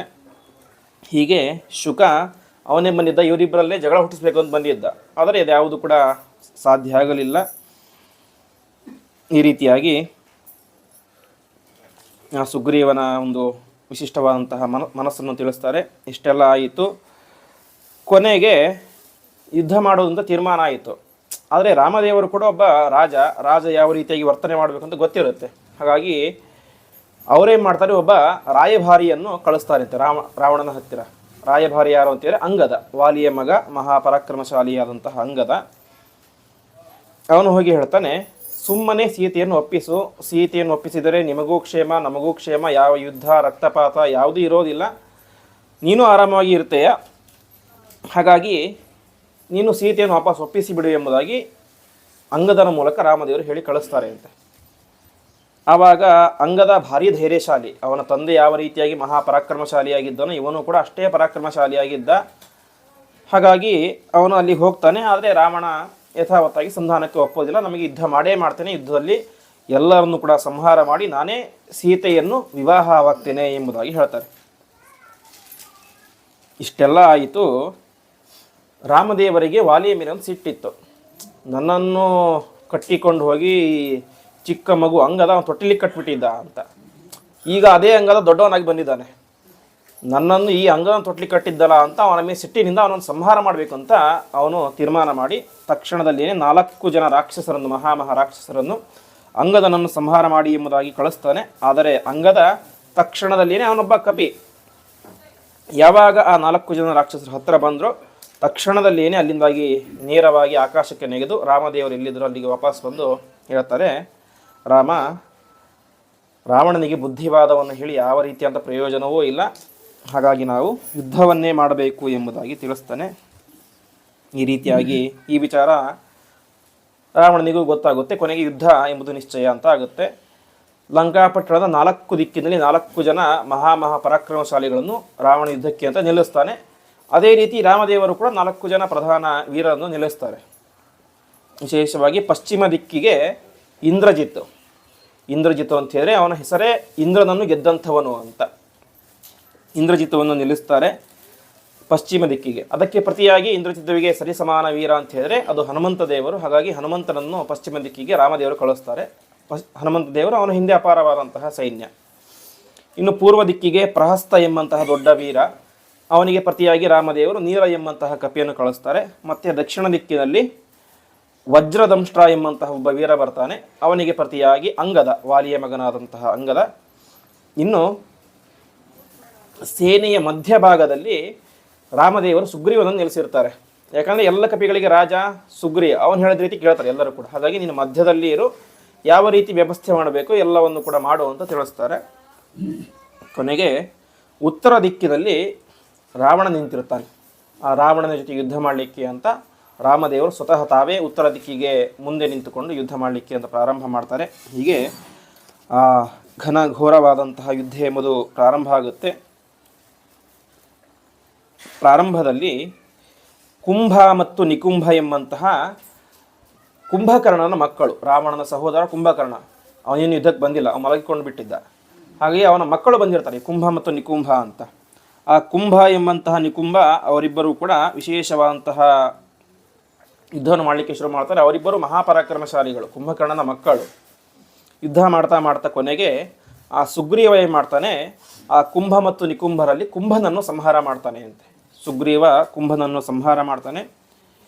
ಈ ವಿಚಾರ ನಿಕುಂಭನಿಗೆ ಗೊತ್ತಾಗುತ್ತೆ, ಅಣ್ಣನಿಗೆ ಗೊತ್ತಾಗುತ್ತೆ. ನನ್ನ ತಮ್ಮನನ್ನು ಸಂಹಾರ ಮಾಡಿದನಲ್ಲ ಅಂತ ಒಂದು ದೊಡ್ಡ ಆಯುಧ, ಪರಿಘಾಯುಧ ಅಂತ. ಅದಕ್ಕೆ ವಿಶೇಷವಾಗಿ ರುದ್ರದೇವರ ವರ ಇರುತ್ತೆ ಅಂತೆ. ಅಂತಹ ಆ ಒಂದು ಪರಿಘಾಯುಧವನ್ನು ತೆಗೆದುಕೊಂಡು ಬಂದು ನೇರವಾಗಿ ಹನುಮಂತ ದೇವರ ಎದೆಗೆ ಹೊಡಿತಾರೆ ಅಂತೆ. ಆದರೆ ಹೀಗೆ ವಾಲ್ಮೀಕಿಗಳು ಹೇಳುವಂತೆ ಒಂದು ದೊಡ್ಡ ಬಂಡೆಗಲ್ಲಿರುತ್ತೆ. ಆ ದೊಡ್ಡ ಬಂಡೆ ಕಲ್ಲಿಗೆ ಮಣ್ಣಿನ ಉಂಡೆ ತಗೊಂಡು ಹೊಡೆದ್ರೆ ಏನಾಗುತ್ತೆ, ಮಣ್ಣು ಪುಡಿ ಪುಡಿ ಆಗುತ್ತೆ ಅಷ್ಟೆ. ಹಾಗೆ ಹನುಮಂತ ದೇವರ ಎದೆಗೆ ಪರಿಘಾಯುಧ, ರುದ್ರದೇವರ ವರ ಇರುವಂತಹ ಪರಿಘಾಯುಧವನ್ನು ಹೊಡೆದರೂ ಕೂಡ ಅದೇನಾಯಿತು, ಪರಿಘಾಯುಧವೇ ಪುಡಿ ಪುಡಿ ಆಯಿತು ಹೊರತು ಹನುಮಂತ ದೇವರ ಎದೆಗೆ ಅವರಿಗೆ ಏನೂ ಕೂಡ ಆಗಲಿಲ್ಲ. ಆ ರೀತಿಯಾದಂತಹ ದಿವ್ಯ ಪರಾಕ್ರಮ. ತಕ್ಷಣದಲ್ಲಿಯೇ ಹನುಮಂತ ದೇವರು ಆ ಒಂದು ನಿಕುಂಭನನ್ನು ಕೂಡ ಸಂಹಾರ ಮಾಡ್ತಾರೆ. ಹೀಗೆ ಪ್ರಧಾನ ವೀರರಾದಂತಹ ಕುಂಭ ಮತ್ತು ನಿಕುಂಭರ ಸಂಹಾರ ಎಂಬುದು ಯುದ್ಧದಲ್ಲಿ ಆಗುತ್ತೆ. ಹೀಗೆ ಮುಂದೆ ಅನೇಕ ಜನ ದೊಡ್ಡ ದೊಡ್ಡ ರಾಕ್ಷಸರು, ಸುಪ್ತಘ್ನ, ಯಜ್ಞಕೋಪ, ಶಕುನಿ, ದೇವತಾಪನಿ, ವಿದ್ಯುಜ್ಜಿಹ್ವ, ಪ್ರಮಾಥಿ ಎಂಬುದಾಗಿ ಅನೇಕ ವಿಧವಾದಂತಹ ರಾಕ್ಷಸರೆಲ್ಲರೂ ಕೂಡ ಬರ್ತಾರೆ. ಅಂತಹ ಅವರೆಲ್ಲರನ್ನೂ ಕೂಡ ಮೊದಲೇ ಪರಾಕ್ರಮಶಾಲಿಗಳು, ಅದರಲ್ಲೂ ಮತ್ತು ಬ್ರಹ್ಮದೇವರ ವರ ಇತ್ತು ಇಷ್ಟು ಜನರಿಗೂ ಕೂಡ. ಅವರೆಲ್ಲರನ್ನೂ ಕೂಡ ಹನುಮಂತ ದೇವರು ಒಂದೇ ಏಟಿಗೆ ಸಂಹಾರ ಮಾಡಿ ಹಾಕ್ತಾರೆ. ಮುಂದೆ ಅತಿಕಾಯ ಎಂಬಂತಹ ದೊಡ್ಡ ರಾಕ್ಷಸರ ಬರ್ತಾನೆ. ಕೊನೆಗೆ ಅವನ ಸಂಹಾರವೂ ಆಗುತ್ತೆ. ಇಷ್ಟೆಲ್ಲ ಆದ ನಂತರ ಖರನ ಮಗ ಮಕರಾಕ್ಷ ಅಂತ. ಖರ ಅಂತ ಹೇಳಿದ್ರೆ ಹಿಂದೆ ರಾಮದೇವರು ಕಾಡಿನಲ್ಲಿದ್ದಾಗ ಬಂದಂತಹ ರಾಕ್ಷಸ, ಅವನ ಮಗ ಮಕರಾಕ್ಷ ಅಂತ. ಅವನು ಹೋಗಿ ಹೇಳ್ತಾನೆ ರಾವಣನ ಹತ್ತಿರ, ರಾವಣ ನನಗೊಂದು ಚಾನ್ಸ್ ಕೊಡು, ನಮ್ಮ ತಂದೆಯನ್ನು ಕೊಂದಂಥವನು ರಾಮದೇವರು, ಹಾಗಾಗಿ ಅವನನ್ನು ನಾನೇ ಸಂಹಾರ ಮಾಡಬೇಕು, ಹಾಗೆ ನನಗೊಂದು ಅವಕಾಶ ಕೊಡು ಎಂಬುದಾಗಿ ಕೇಳ್ತಾನೆ. ಸರಿ ಅಂತ ನೀನು ಯುದ್ಧಕ್ಕೆ ಹೋಗು ಎಂಬುದಾಗಿ ತಿಳಿಸ್ತಾನೆ. ಆವಾಗ ಆ ಯಾವ ಮಕರಾಕ್ಷ ಎಲ್ಲ ವಿಧವಾದಂತಹ ಕಪಿವೀರನನ್ನು ಕೂಡ ಸೋಲ್ತಾ ರಾಮನನ್ನು ಯುದ್ಧಕ್ಕೆ ಆಹ್ವಾನ ಮಾಡ್ತಾನೆ. ಅಂತಹ ರಾಮನ ಮುಂದೆ ಬಂದಾಗ ಒಂದೇ ಕ್ಷಣದಲ್ಲಿ ಅವನ ತಂದೆಯನ್ನು ಯಾವ ರೀತಿಯಾಗಿ ಅನಾಯಾಸವಾಗಿ ಸಂಹಾರ ಮಾಡಿದ್ನೋ ಅಷ್ಟೇ ಅನಾಯಾಸವಾಗಿ ಈ ಮಕರಾಕ್ಷ, ಖರನ ರಾಕ್ಷಸನ ಮಗನನ್ನು ಕೂಡ ಸಂಹಾರ ಮಾಡ್ತಾನೆ. ಮುಂದೆ ಕುಬೇರನ ಮಕ್ಕಳಾದಂತಹ ಯಾವ ಗಜ, ಗವಾಕ್ಷ, ಗವಯ, ವೃಷ, ಗಂಧಮಾದನ, ಕತ್ತ ಎಂಬಂತಹ ಅನೇಕ ಜನರೆಲ್ಲರೂ ಕೂಡ ಎಲ್ಲರೂ ಕೂಡ ರಾವಣ ಜೊತೆಗೆ ಯುದ್ಧ ಮಾಡಲಿಕ್ಕೆ ಅಂತ ಬರ್ತಾರೆ. ಹೀಗೆ ಅವರೆಲ್ಲರ ವಿಶೇಷವಾದಂತಹ ಯುದ್ಧ ಆಗುತ್ತೆ. ಕೊನೆಗೆ ರಾವಣ ಹನುಮಂತನ ಜೊತೆಗೆ ಯುದ್ಧ ಮಾಡಲಿಕ್ಕೆ ಅಂತ ಬರ್ತಾನೆ. ಇಲ್ಲಿಯ ತನಕ ರಾವಣ ಮತ್ತು ಹನುಮಂತ ಯುದ್ಧ ಆಗಿದ್ದೇ ಇಲ್ಲ. ಯುದ್ಧ ಮಾಡಲಿಕ್ಕೆ ಅಂತ ಬರ್ತಾನೆ. ಆವಾಗ ರಾವಣ ಹೇಳ್ತಾನೆ ಒಂದು ಮಾತು. ಅವನಿಗೆ ಹನುಮಂತ ಪರಾಕ್ರಮಿ ಎಂದು ಗೊತ್ತಿತ್ತು. ಹನುಮಂತ, ನೀನು ನನಗೊಂದು ಮೊದಲು ಏಟು ಕೊಡು, ಆಮೇಲೆ ನಾನು ನಿನ್ಗೆ ಹೊಡಿತೇನೆ ಅಂತ. ಅದಕ್ಕೆ ಹನುಮಂತ ಹೇಳ್ತಾರೆ, ಇಲ್ಲ, ಕ್ಷಿಪ್ರಂ ಪ್ರಹರ ನಿಶ್ಶಂಕಂ, ನೀನೇ ನನಗೆ ಮೊದಲು ಹೊಡಿ, ಆಮೇಲೆ ನಿನಗೆ ಹೊಡಿತೇನೆ ಅಂತ. ಇವ್ರ ಉದ್ದೇಶ ಅಂತ ಹೇಳಿದ್ರೆ, ನಾನೇ ಮೊದಲು ನಿನ್ಗೆ ಹೊಡೆದು ಬಿಟ್ಟರೆ ಆಮೇಲೆ ನಿನ್ಗೆ ಹೊಡ್ಲಿಕ್ಕೆ ನಾನು ಇರೋದೇ ಇಲ್ಲ, ಇವನು ಬಿದ್ದು ಬಿಟ್ಟಿರ್ತಾನೆ. ಹಾಗಾಗಿ ಇವನ ಪರಾಕ್ರಮ ಕೂಡ ಗೊತ್ತಾಗಲಿ ಅಂತ ತಾನೇ ಮಾಡ್ತಾನೆ, ನೀನೇ ಮೊದಲು ಒಂದು ಈಟ್ ಕೊಡು ಅಂತ ರಾವಣನಿಗೆ ಹೇಳ್ತಾನೆ. ಸರಿ ಅಂತ ರಾವಣ ತನ್ನ ಎಲ್ಲ ಪರಾಕ್ರಮವನ್ನು ಯೂಸ್ ಮಾಡಿ ಒಂದು ಹನುಮಂತ ದೇವರ ಕೆನ್ನೆಗೆ ಜೋರಾಗಿ ಗುದ್ದುತ್ತಾನೆ. ಹನುಮಂತ ದೇವರಿಗೆ ಏನೂ ಆಗೋದಿಲ್ಲ. ಸರಿ, ನೀನು ಹೊಡಿ ಇವಾಗ ಅಂತ ರಾವಣ ಹೇಳ್ತಾನೆ. ಹನುಮಂತ ದೇವರು ಒಂದೇ ಒಂದು ಈಟನ್ನು ಕೊಡ್ತಾರೆ. ತಕ್ಷಣದಲ್ಲಿಯೇ 10 ತಲೆಗಳಿಂದಾಗಿ ರಕ್ತ ಸುರಿಸುತ್ತಾ ರಾವಣ ಅಲ್ಲಿ ಬಿದ್ದು ಬಿಡ್ತಾನೆ. ಬಿದ್ದು ಅವನು ಸಿಟ್ಟಾಗೋದಿಲ್ಲ. ಅವನು ಹೇಳ್ತಾನೆ, ಸಾಧು ವಾನರ ವೀರ್ಯೇಣ ಶ್ಲಾಘನೀಯೋಸಿ ಮೇರಿಪುಹು ಅಂತ. ಹನುಮಂತ, ನೀನು ನನ್ನ ಶತ್ರು, ಆದರೆ ನೀನು ಎಂಥ ಪರಾಕ್ರಮಶಾಲಿ, ನಿನ್ನ ಒಂದು ಪರಾಕ್ರಮಕ್ಕೆ ನಾನು ಹ್ಯಾಟ್ಸ್ ಆಫ್ ಎಂಬುದಾಗಿ ಹೇಳ್ತಾನೆ. ಅಂದರೆ ರಾವಣ ನಾವು ಹೇಗೆ ಇವತ್ತು ಕಾಂಪ್ಲೆಕ್ಸ್ ಅಂತ ಕರಿತೇವೆ. ಕಾಂಪ್ಲೆಕ್ಸ್ ಅಂತ ಹೇಳೇನು, ಎಲ್ಲ ರೀತಿಯಾದ ಅಂಗಡಿಗಳು ಇರ್ತವೆ, ಎಲ್ಲ ಇರ್ತವೆ ಅಂತ. ಹಾಗೆ ರಾವಣನ ವ್ಯಕ್ತಿತ್ವವು ಕೂಡ ಒಂದು ರೀತಿ ಸಂಕೀರ್ಣ ವ್ಯಕ್ತಿತ್ವ. ಕೆಲವೊಂದು ಸಲ ಅವನ ಮೂಲ ಜಯ ವಿಜಯ ರೂಪದ ಸಾತ್ವಿಕ ಸ್ವಭಾವವು ವ್ಯಕ್ತ ಆಗ್ತಾ ಇತ್ತು, ಕೆಲವೊಂದು ಸಲ ಕೆಟ್ಟ ಸ್ವಭಾವವು ವ್ಯಕ್ತ ಆಗ್ತಾ ಇತ್ತು. ಹಾಗೆ ಇಲ್ಲಿ ಅವನು ಹೇಳ್ತಾನೆ, ಹನುಮಂತ ನಿನ್ನ ಪರಾಕ್ರಮ ಎಂತಹದ್ದು ಎಂಬುದಾಗಿ ಅವನಿಗೆ ಶ್ಲಾಘನೆಯನ್ನು ಮಾಡ್ತಾನೆ. ಇಷ್ಟೆಲ್ಲ ಕೇಳಿದಾಗ ಹನುಮಂತ ದೇವರು ಹೇಳ್ತಾರೆ, ನನ್ನ ಪರಾಕ್ರಮ ಇದಲ್ಲ ಅಂತ. ನಾನು ನನ್ನ ಎಲ್ಲ ಪರಾಕ್ರಮವನ್ನು ನಿನ್ನ ಮೇಲೆ ಪ್ರಯೋಗ ಮಾಡಿದ್ದರೆ ನೀನೇನಾಗ್ತಾ ಇದ್ದೀಯ, ಹೊತ್ತು ಸತ್ತೇ ಹೋಗ್ತಾ ಇದ್ದಿ. ನಾನು ಪ್ರಯೋಗ ಮಾಡಿರೋದು ಕೇವಲ ಒಂದು 10% ಬಲ ಮಾತ್ರ. ಯಾಕೆ ಎಲ್ಲ ಬಲವನ್ನು ಪ್ರಯೋಗ ಮಾಡಲಿಲ್ಲ ಅಂತ ಹೇಳಿದ್ರೆ, ನೀನು ಯಾರ ಆಹಾರ? ರಾಮದೇವರ ಆಹಾರ. ನಿನ್ನನ್ನು ಸಂಹಾರ ಮಾಡಬೇಕಾದದ್ದು ರಾಮದೇವರು. ಹಾಗಾಗಿ ನೀನು ಆಡಿದಂತಹ ಮಾತು ಸುಳ್ಳು. ನನ್ನ ಪರಾಕ್ರಮ ಇದಲ್ಲ, ನನ್ನ ಪರಾಕ್ರಮ ಇದಕ್ಕಿಂತ ದುಪ್ಪಟ್ಟು 100 ಪಟ್ಟಾಗಿದು ಇದೆ ಎಂಬುದಾಗಿ ತಿಳಿಸ್ತಾನೆ. ಹೀಗೆ ಹನುಮಂತ ದೇವರು ಮತ್ತು ರಾವಣನ ಯುದ್ಧ ಆಗುತ್ತೆ. ರಾವಣ ಅವನನ್ನು ಹನುಮಂತ ದೇವರು ಸೋಲಿಸ್ತಾರೆ, ಆದರೆ ಸಾಯಿಸೋದಿಲ್ಲ. ಯಾಕೆಂದರೆ ಸಾವು ಎಂಬುದು ರಾಮದೇವರ ಕೈಯಲ್ಲಿ ಇದೆ ಅಂತ. ಹೀಗೆ ಮುಂದೆ ರಾವಣ ಮತ್ತು ಲಕ್ಷ್ಮಣರ ಯುದ್ಧ ಆಗುತ್ತೆ. ಲಕ್ಷ್ಮಣ ಒಂದೇ ಈಟಿಗೆ ರಾವಣನಿಗೆ ಹೊಡಿತಾನೆ. ಆ ರಾವಣ ಸಂಪೂರ್ಣ ಮೈ ಬೆವರಿ ಒಂದೇ ಕ್ಷಣದಲ್ಲಿ ಕೆಳಗಡೆ ಬಿದ್ದು ಬಿಡ್ತಾನೆ. ಯಾಕೆಂದರೆ ಶೇಷದೇವರ ಅವತಾರ ಆ ಲಕ್ಷ್ಮಣ ದೇವರು. ಹಾಗಾಗಿ ಅವರಿಗೆ ವಿಶೇಷವಾದಂಥ ಯುದ್ಧ ಆಗುತ್ತೆ. ಹೀಗೆ ಅನೇಕ ಜನ ರಾಕ್ಷಸರು ಸತ್ತು ಹೋಗಿಬಿಡ್ತಾರೆ. ರಾವಣನಿಗೆ ಅನಿಸುತ್ತೆ, ಈ ಸಂದರ್ಭದಲ್ಲಿ ಕುಂಭಕರ್ಣ ಇದ್ದಿದ್ರೆ ಚೆನ್ನಾಗಿರ್ತಿತ್ತು ಅಂತ. ಕುಂಭಕರ್ಣ ಅಷ್ಟು ಮಹಾಪರಾಕ್ರಮಶಾಲಿ, ದೊಡ್ಡ ಗಾತ್ರ, ಭಾರಿ ದೊಡ್ಡ ಗಾತ್ರ, ಪರ್ವತದಂಥ ದೊಡ್ಡ ಗಾತ್ರ. ಹಾಗಾಗಿ ಹೇಳ್ತಾರೆ ತನ್ನ ಸೈನಿಕರಿಗೆ, ಆದಷ್ಟು ಬೇಗ ಹೋಗಿ ಕುಂಭಕರ್ಣನ ಎಬ್ಬಿಸಿಕೊಂಡು ಬನ್ನಿ ಅಂತ. ಕುಂಭಕರ್ಣ ಕಥೆ ನಿಮ್ಗೆ ಗೊತ್ತಿದೆ, 6 ತಿಂಗಳು ನಿದ್ರೆ, 6 ತಿಂಗಳು ಎಚ್ಚರ. ಈಗ ಅವನ ನಿದ್ರೆಯ ಕಾಲ. ಹೋಗ್ತಾರೆ, ಎಷ್ಟು ಪ್ರಯತ್ನ ಮಾಡಿದರೂ ಕೂಡ ಎಬ್ಬಿಸ್ಲಿಕ್ಕೆ ಸಾಧ್ಯ ಆಗೋದೇ ಇಲ್ಲ. ಕೊನೆಗೆ ಅಲ್ಲಿ ವಾಲ್ಮೀಕಿ ರಾಮಾಯಣದಲ್ಲಿ ಹೇಳುವಂತೆ ಅವನು ಒಂದು ಸಲ ಉಸಿರಾಟಕ್ಕೆ ಅಂತ ಉಸಿರನ್ನು ಒಳಗೆ ತೆಗೆದುಕೊಂಡ್ರೆ ಆ ಗಾಳಿಯ ಜೊತೆಗೆ 1000 ಜನ ರಾಕ್ಷಸರು ಮೂಗಿನೊಳಗೆ ಹೋಗ್ತಾ ಇದ್ರು ಅಂತೆ. ಮತ್ತೆ ವಾಪಸ್ ಬಿಟ್ಟರೆ ಮತ್ತೆ ಹೊರಗಡೆ ಬಂದು ನೆಲಕ್ಕೆ ಬೀಳ್ತಾ ಇದ್ರಂತೆ. ಅಷ್ಟು ದೊಡ್ಡ ಗಾತ್ರ, ಅಷ್ಟು ಪರಾಕ್ರಮಶಾಲಿ. ಸಾಮಾನ್ಯ ಒಂದು ಉಸಿರಾಟದ ಗಾಳಿಗೆ ಅಷ್ಟು ಪರಾಕ್ರಮ ಇದೆ ಅಂತೀರಿ, ಎಷ್ಟು ಪರಾಕ್ರಮಶಾಲಿ ಅಂತ ಊಹೆ ಮಾಡ್ಬೋದು. ಹಾಗಾಗಿ ಉಸಿರಾಟ ಮಾಡ್ತಾ ಇದ್ದರೆ ಒಳಗಡೆ ಸುಂಟರ ಗಾಳಿ ಬಂದಾಗ ಹೇಗೆ ಒಳಗೆ ಹೋಗ್ತಾ ಇದ್ರು, ಆ ರೀತಿಯಾಗಿ ಹೋಗ್ಲಿಕ್ಕೆ ಶುರು ಮಾಡಿದರು ಅಂತೆ. ಎಷ್ಟು ಮಾಡಿದರೂ ಕೂಡ ಸಾಧ್ಯನೇ ಆಗೋದಿಲ್ಲ. ಕೊನೆಗೆ ಕುಂಭಕರ್ಣನ ಮೂಗಿನಲ್ಲಿ ಧೂಪ ಹಾಕ್ತಾರೆ ಅಂತೆ, ಆ ಘಾಟಿಗಾದರೂ ಹೇಳಲಿ ಅಂತ. ಅಷ್ಟಾದರೂ ಕೂಡ ಅವನಿಗೆ ಎಚ್ಚರ ಆಗೋದೇ ಇಲ್ಲ. ಕೊನೆಗೆ ದೊಡ್ಡ ದೊಡ್ಡ ಮೋಡದ ರೀತಿಯಲ್ಲಿ ಧ್ವನಿಯನ್ನು ಮಾಡ್ತಾರೆ. ದೊಡ್ಡ ದೊಡ್ಡ ಶಂಖ, ಭೇರಿ, ಢಕ್ಕೆ ಎಲ್ಲವನ್ನು ಕೂಡ ಹೇಳ್ತಾರೆ. ಎಷ್ಟು ಹೇಳಿದರೂ ಕೂಡ ಕುಂಭಕರ್ಣನಿಗೆ ಎಚ್ಚರವೇ ಆಗೋದಿಲ್ಲ. ಕೊನೆಗೆ ದೇಹಕ್ಕೆ ಹೊಡಿಲಿಕ್ಕೆ ಶುರು ಮಾಡ್ತಾರೆ ಅಂತೆ. ಹೊಡೆದಿದ್ದೇಗೆ ಕೈಯಿಂದನೋ ಗದೆಯಿಂದನೋ ಅಲ್ಲ, ದೊಡ್ಡ ದೊಡ್ಡ ಪರ್ವತಗಳು, ದೊಡ್ಡ ದೊಡ್ಡ ಗಿಡ ಮರಗಳನ್ನು ತೆಗೆದುಕೊಂಡು ಅವನಿಗೆ ಹೊಡಿಲಿಕ್ಕೆ ಶುರು ಮಾಡ್ತಾರೆ ಅಂತೆ. ಇದೆಲ್ಲವೂ ಕೂಡ ಕುಂಭಕರ್ಣ ದೇಹನಿಗೆ ಮೈಗೆ ಒತ್ತಿದಂಗೆ ಆಯಿತು ಎಂಬುದಾಗಿ ಹೇಳ್ತಾರೆ. ಒತ್ತಿದ ಇನ್ನಷ್ಟು ಜಾಸ್ತಿ ನಿದ್ದೆ ಜಾಸ್ತಿ ಆಗುತ್ತೆ, ಅಷ್ಟೇ ಕಡಿಮೆ ಆಗೋದಿಲ್ಲ. ಹಾಗಾಗಿ ಈ ರೀತಿ ಆಯಿತು ಎಂಬುದಾಗಿ ಹೇಳ್ತಾರೆ. ಕೊನೆಗೆ 10,000 ಜನ ರಾಕ್ಷಸರು ದೊಡ್ಡ ದೊಡ್ಡ ಪರ್ವತದಂತೆ ಇದ್ದಂತಹ 10,000 ನಗಾರಿಗಳನ್ನು ಬಾರಿಸ್ತಾರೆ ಅಂತೆ. ಇಷ್ಟೆಲ್ಲ ಆಗುತ್ತೆ. ದೊಡ್ಡ ದೊಡ್ಡ ಅಂಕುಶವನ್ನು ಚುಚ್ಚುತ್ತಾರೆ. ಹೀಗೆ ಯಾವ ರೀತಿ ಮಾಡಿಸ್ಬೇಕು ಎಲ್ಲವನ್ನು ಕೂಡ ಮಾಡ್ತಾರೆ. ಅವನ ಒಂದೊಂದು ಕಿವಿಯಲ್ಲಿ 100 ಕೊಡ ನೀರನ್ನು ಹಾಕ್ತಾರೆ ಅಂತೆ, ಅದಕ್ಕಾದರೂ ಎಚ್ಚರ ಆಗುತ್ತೇನೋ ಅಂತ. ಹೀಗೆ ಎಲ್ಲ ಪ್ರಯತ್ನ ಮಾಡ್ತಾರೆ. ಕೊನೆಗೆ ಕುಂಭಕರ್ಣ ಒಂದು ಸಲ ತನ್ನ ಬಾಯನ್ನು ತೆಗೆದು ಆಕಳಿಸ್ತಾನೆ ಅಂತೆ. ಸ್ವಲ್ಪ ಎಚ್ಚರ ಆಗುತ್ತೆ.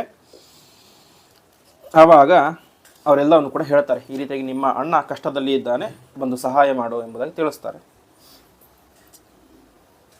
ಕುಂಭಕರ್ಣನದು ಇದೆ ಸಂಕೀರ್ಣ ವ್ಯಕ್ತಿತ್ವ. ಅವನು ಕೂಡ ಒಬ್ಬ ಜಯ ಅವನು. ಹಾಗಾಗಿ ಬಂದು ಅವನು ಹೇಳ್ತಾನೆ, ರಾವಣ ನೀನು ಎಂತಹ ಮೂರ್ಖ ಅಂತ. ಇಷ್ಟು ಸುಂದರವಾದಂತಹ ಮಂಡೋದರಿಯಂತಹ ಹೆಂಡತಿ ಇದ್ದಾಳೆ. ಅಂತಹ ಮಂಡೋದರಿಯಂತಹ ಹೆಂಡತಿಯನ್ನು ಬಿಟ್ಟು ಇನ್ನೊಬ್ಬರ ಹೆಂಡತಿನ ಅಪಹಾರ ಮಾಡಿದ್ದೀಯ. ಅದು ಯಾರು? ಸೀತಾದೇವಿ, ರಾಮಚಂದ್ರ ದೇವರ ಹೆಂಡತಿ. ಅಂತಹ ಯಾವತ್ತೂ ಕೂಡ ನಾವು ಜಗಳ ಮಾಡಬೇಕು ಅಂತ ಹೇಳಿದ್ರೆ ನಮಗಿಂತ ಕಡಿಮೆ ಪರಾಕ್ರಮ ಇರುತ್ತೆ ಜಗಳ ಮಾಡಬೇಕು.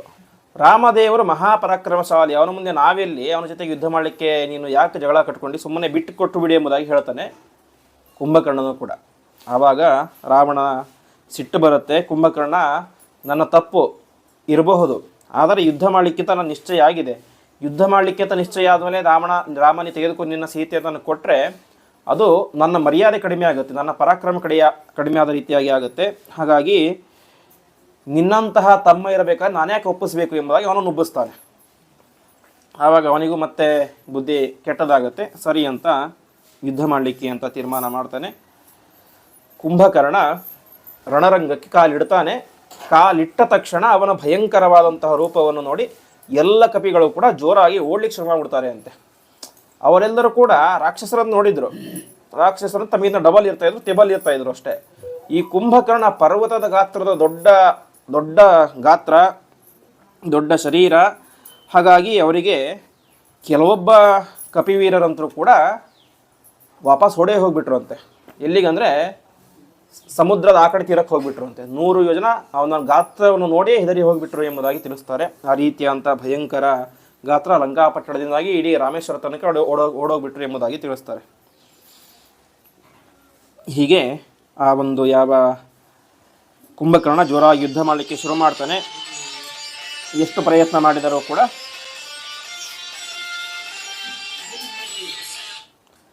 ಕುಂಭಕರ್ಣನನ್ನು ಸೋಲಿಸಲಿಕ್ಕೆ ಯಾರಿಂದಲೂ ಕೂಡ ಸಾಧ್ಯವೇ ಆಗೋದಿಲ್ಲ. ಅವನ ಪರಾಕ್ರಮಕ್ಕೆ ಶತವಲಿ, ಪನಸ, ಶ್ವೇತ, ಸಂಪಾತಿ, ದುರ್ಮುಖ, ಕೇಸರಿ ಎಂಬುದಾಗಿ ಮಹಾ ದೊಡ್ಡ ಪರಾಕ್ರಮಶಾಲಿಗಳಿದ್ದರು. ಆ ಎಲ್ಲ ಕಪಿವೀರರನ್ನು ಕೂಡ ಒಂದು ಸಾಮಾನ್ಯ ಒಬ್ಬ ವ್ಯಕ್ತಿ ಸಣ್ಣ ಹಣ್ಣನ್ನು ಹೇಗೆ ತಿಂತಾನೋ ಅಷ್ಟು ಸುಲಭವಾಗಿ ಆ ಎಲ್ಲ ಕಪಿವೀರರನ್ನು ಕೂಡ ಹಣ್ಣು ತಿಂದ ರೀತಿಯಲ್ಲಿ ಕುಂಭಕರ್ಣ ತಿಂದು ಹಾಕಿಬಿಟ್ಟ ಎಂಬುದಾಗಿ ಹೇಳ್ತಾರೆ. ಹೀಗೆ ಪ್ರತಿಯೊಬ್ಬರನ್ನು ಹೊಡೆದು ಹಾಕಿಬಿಟ್ಟ ಕುಂಭಕರ್ಣ. ಅಂಗದ, ಸುಗ್ರೀವ ಪ್ರತಿಯೊಬ್ಬರನ್ನು ಕೂಡ ಹೊಡೆದು ಹಾಕಿದ. ಕೊನೆಗೆ ಸುಗ್ರೀವನ ಕೈಯಲ್ಲಿ ಹಿಡ್ಕೊಂಡ ಅಂತೆ.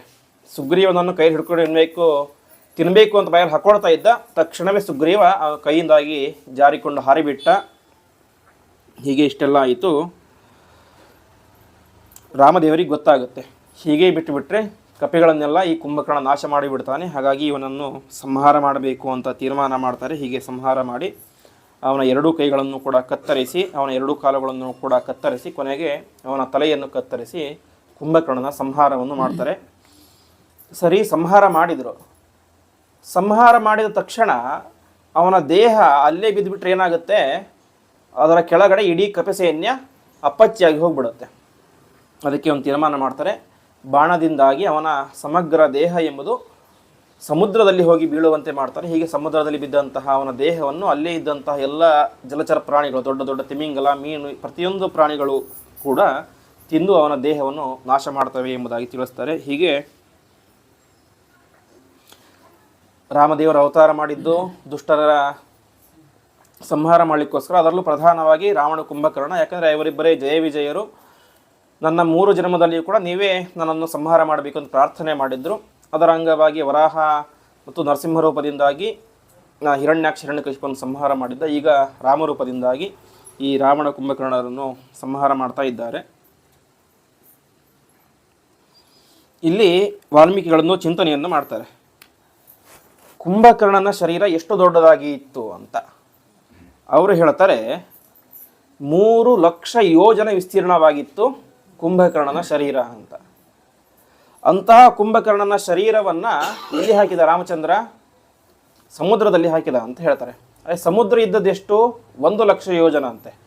ರಾಮೇಶ್ವರದಿಂದಾಗಿ ಲಂಕೆ ತನಕ ಇದ್ದಿದ್ದು 100 ಯೋಜನ, ಆದರೆ ಅಗಲ ಎಲ್ಲ ಸೇರಿ ಒಟ್ಟು ಇದ್ದಿದ್ದು 1 ಲಕ್ಷ ಯೋಜನ.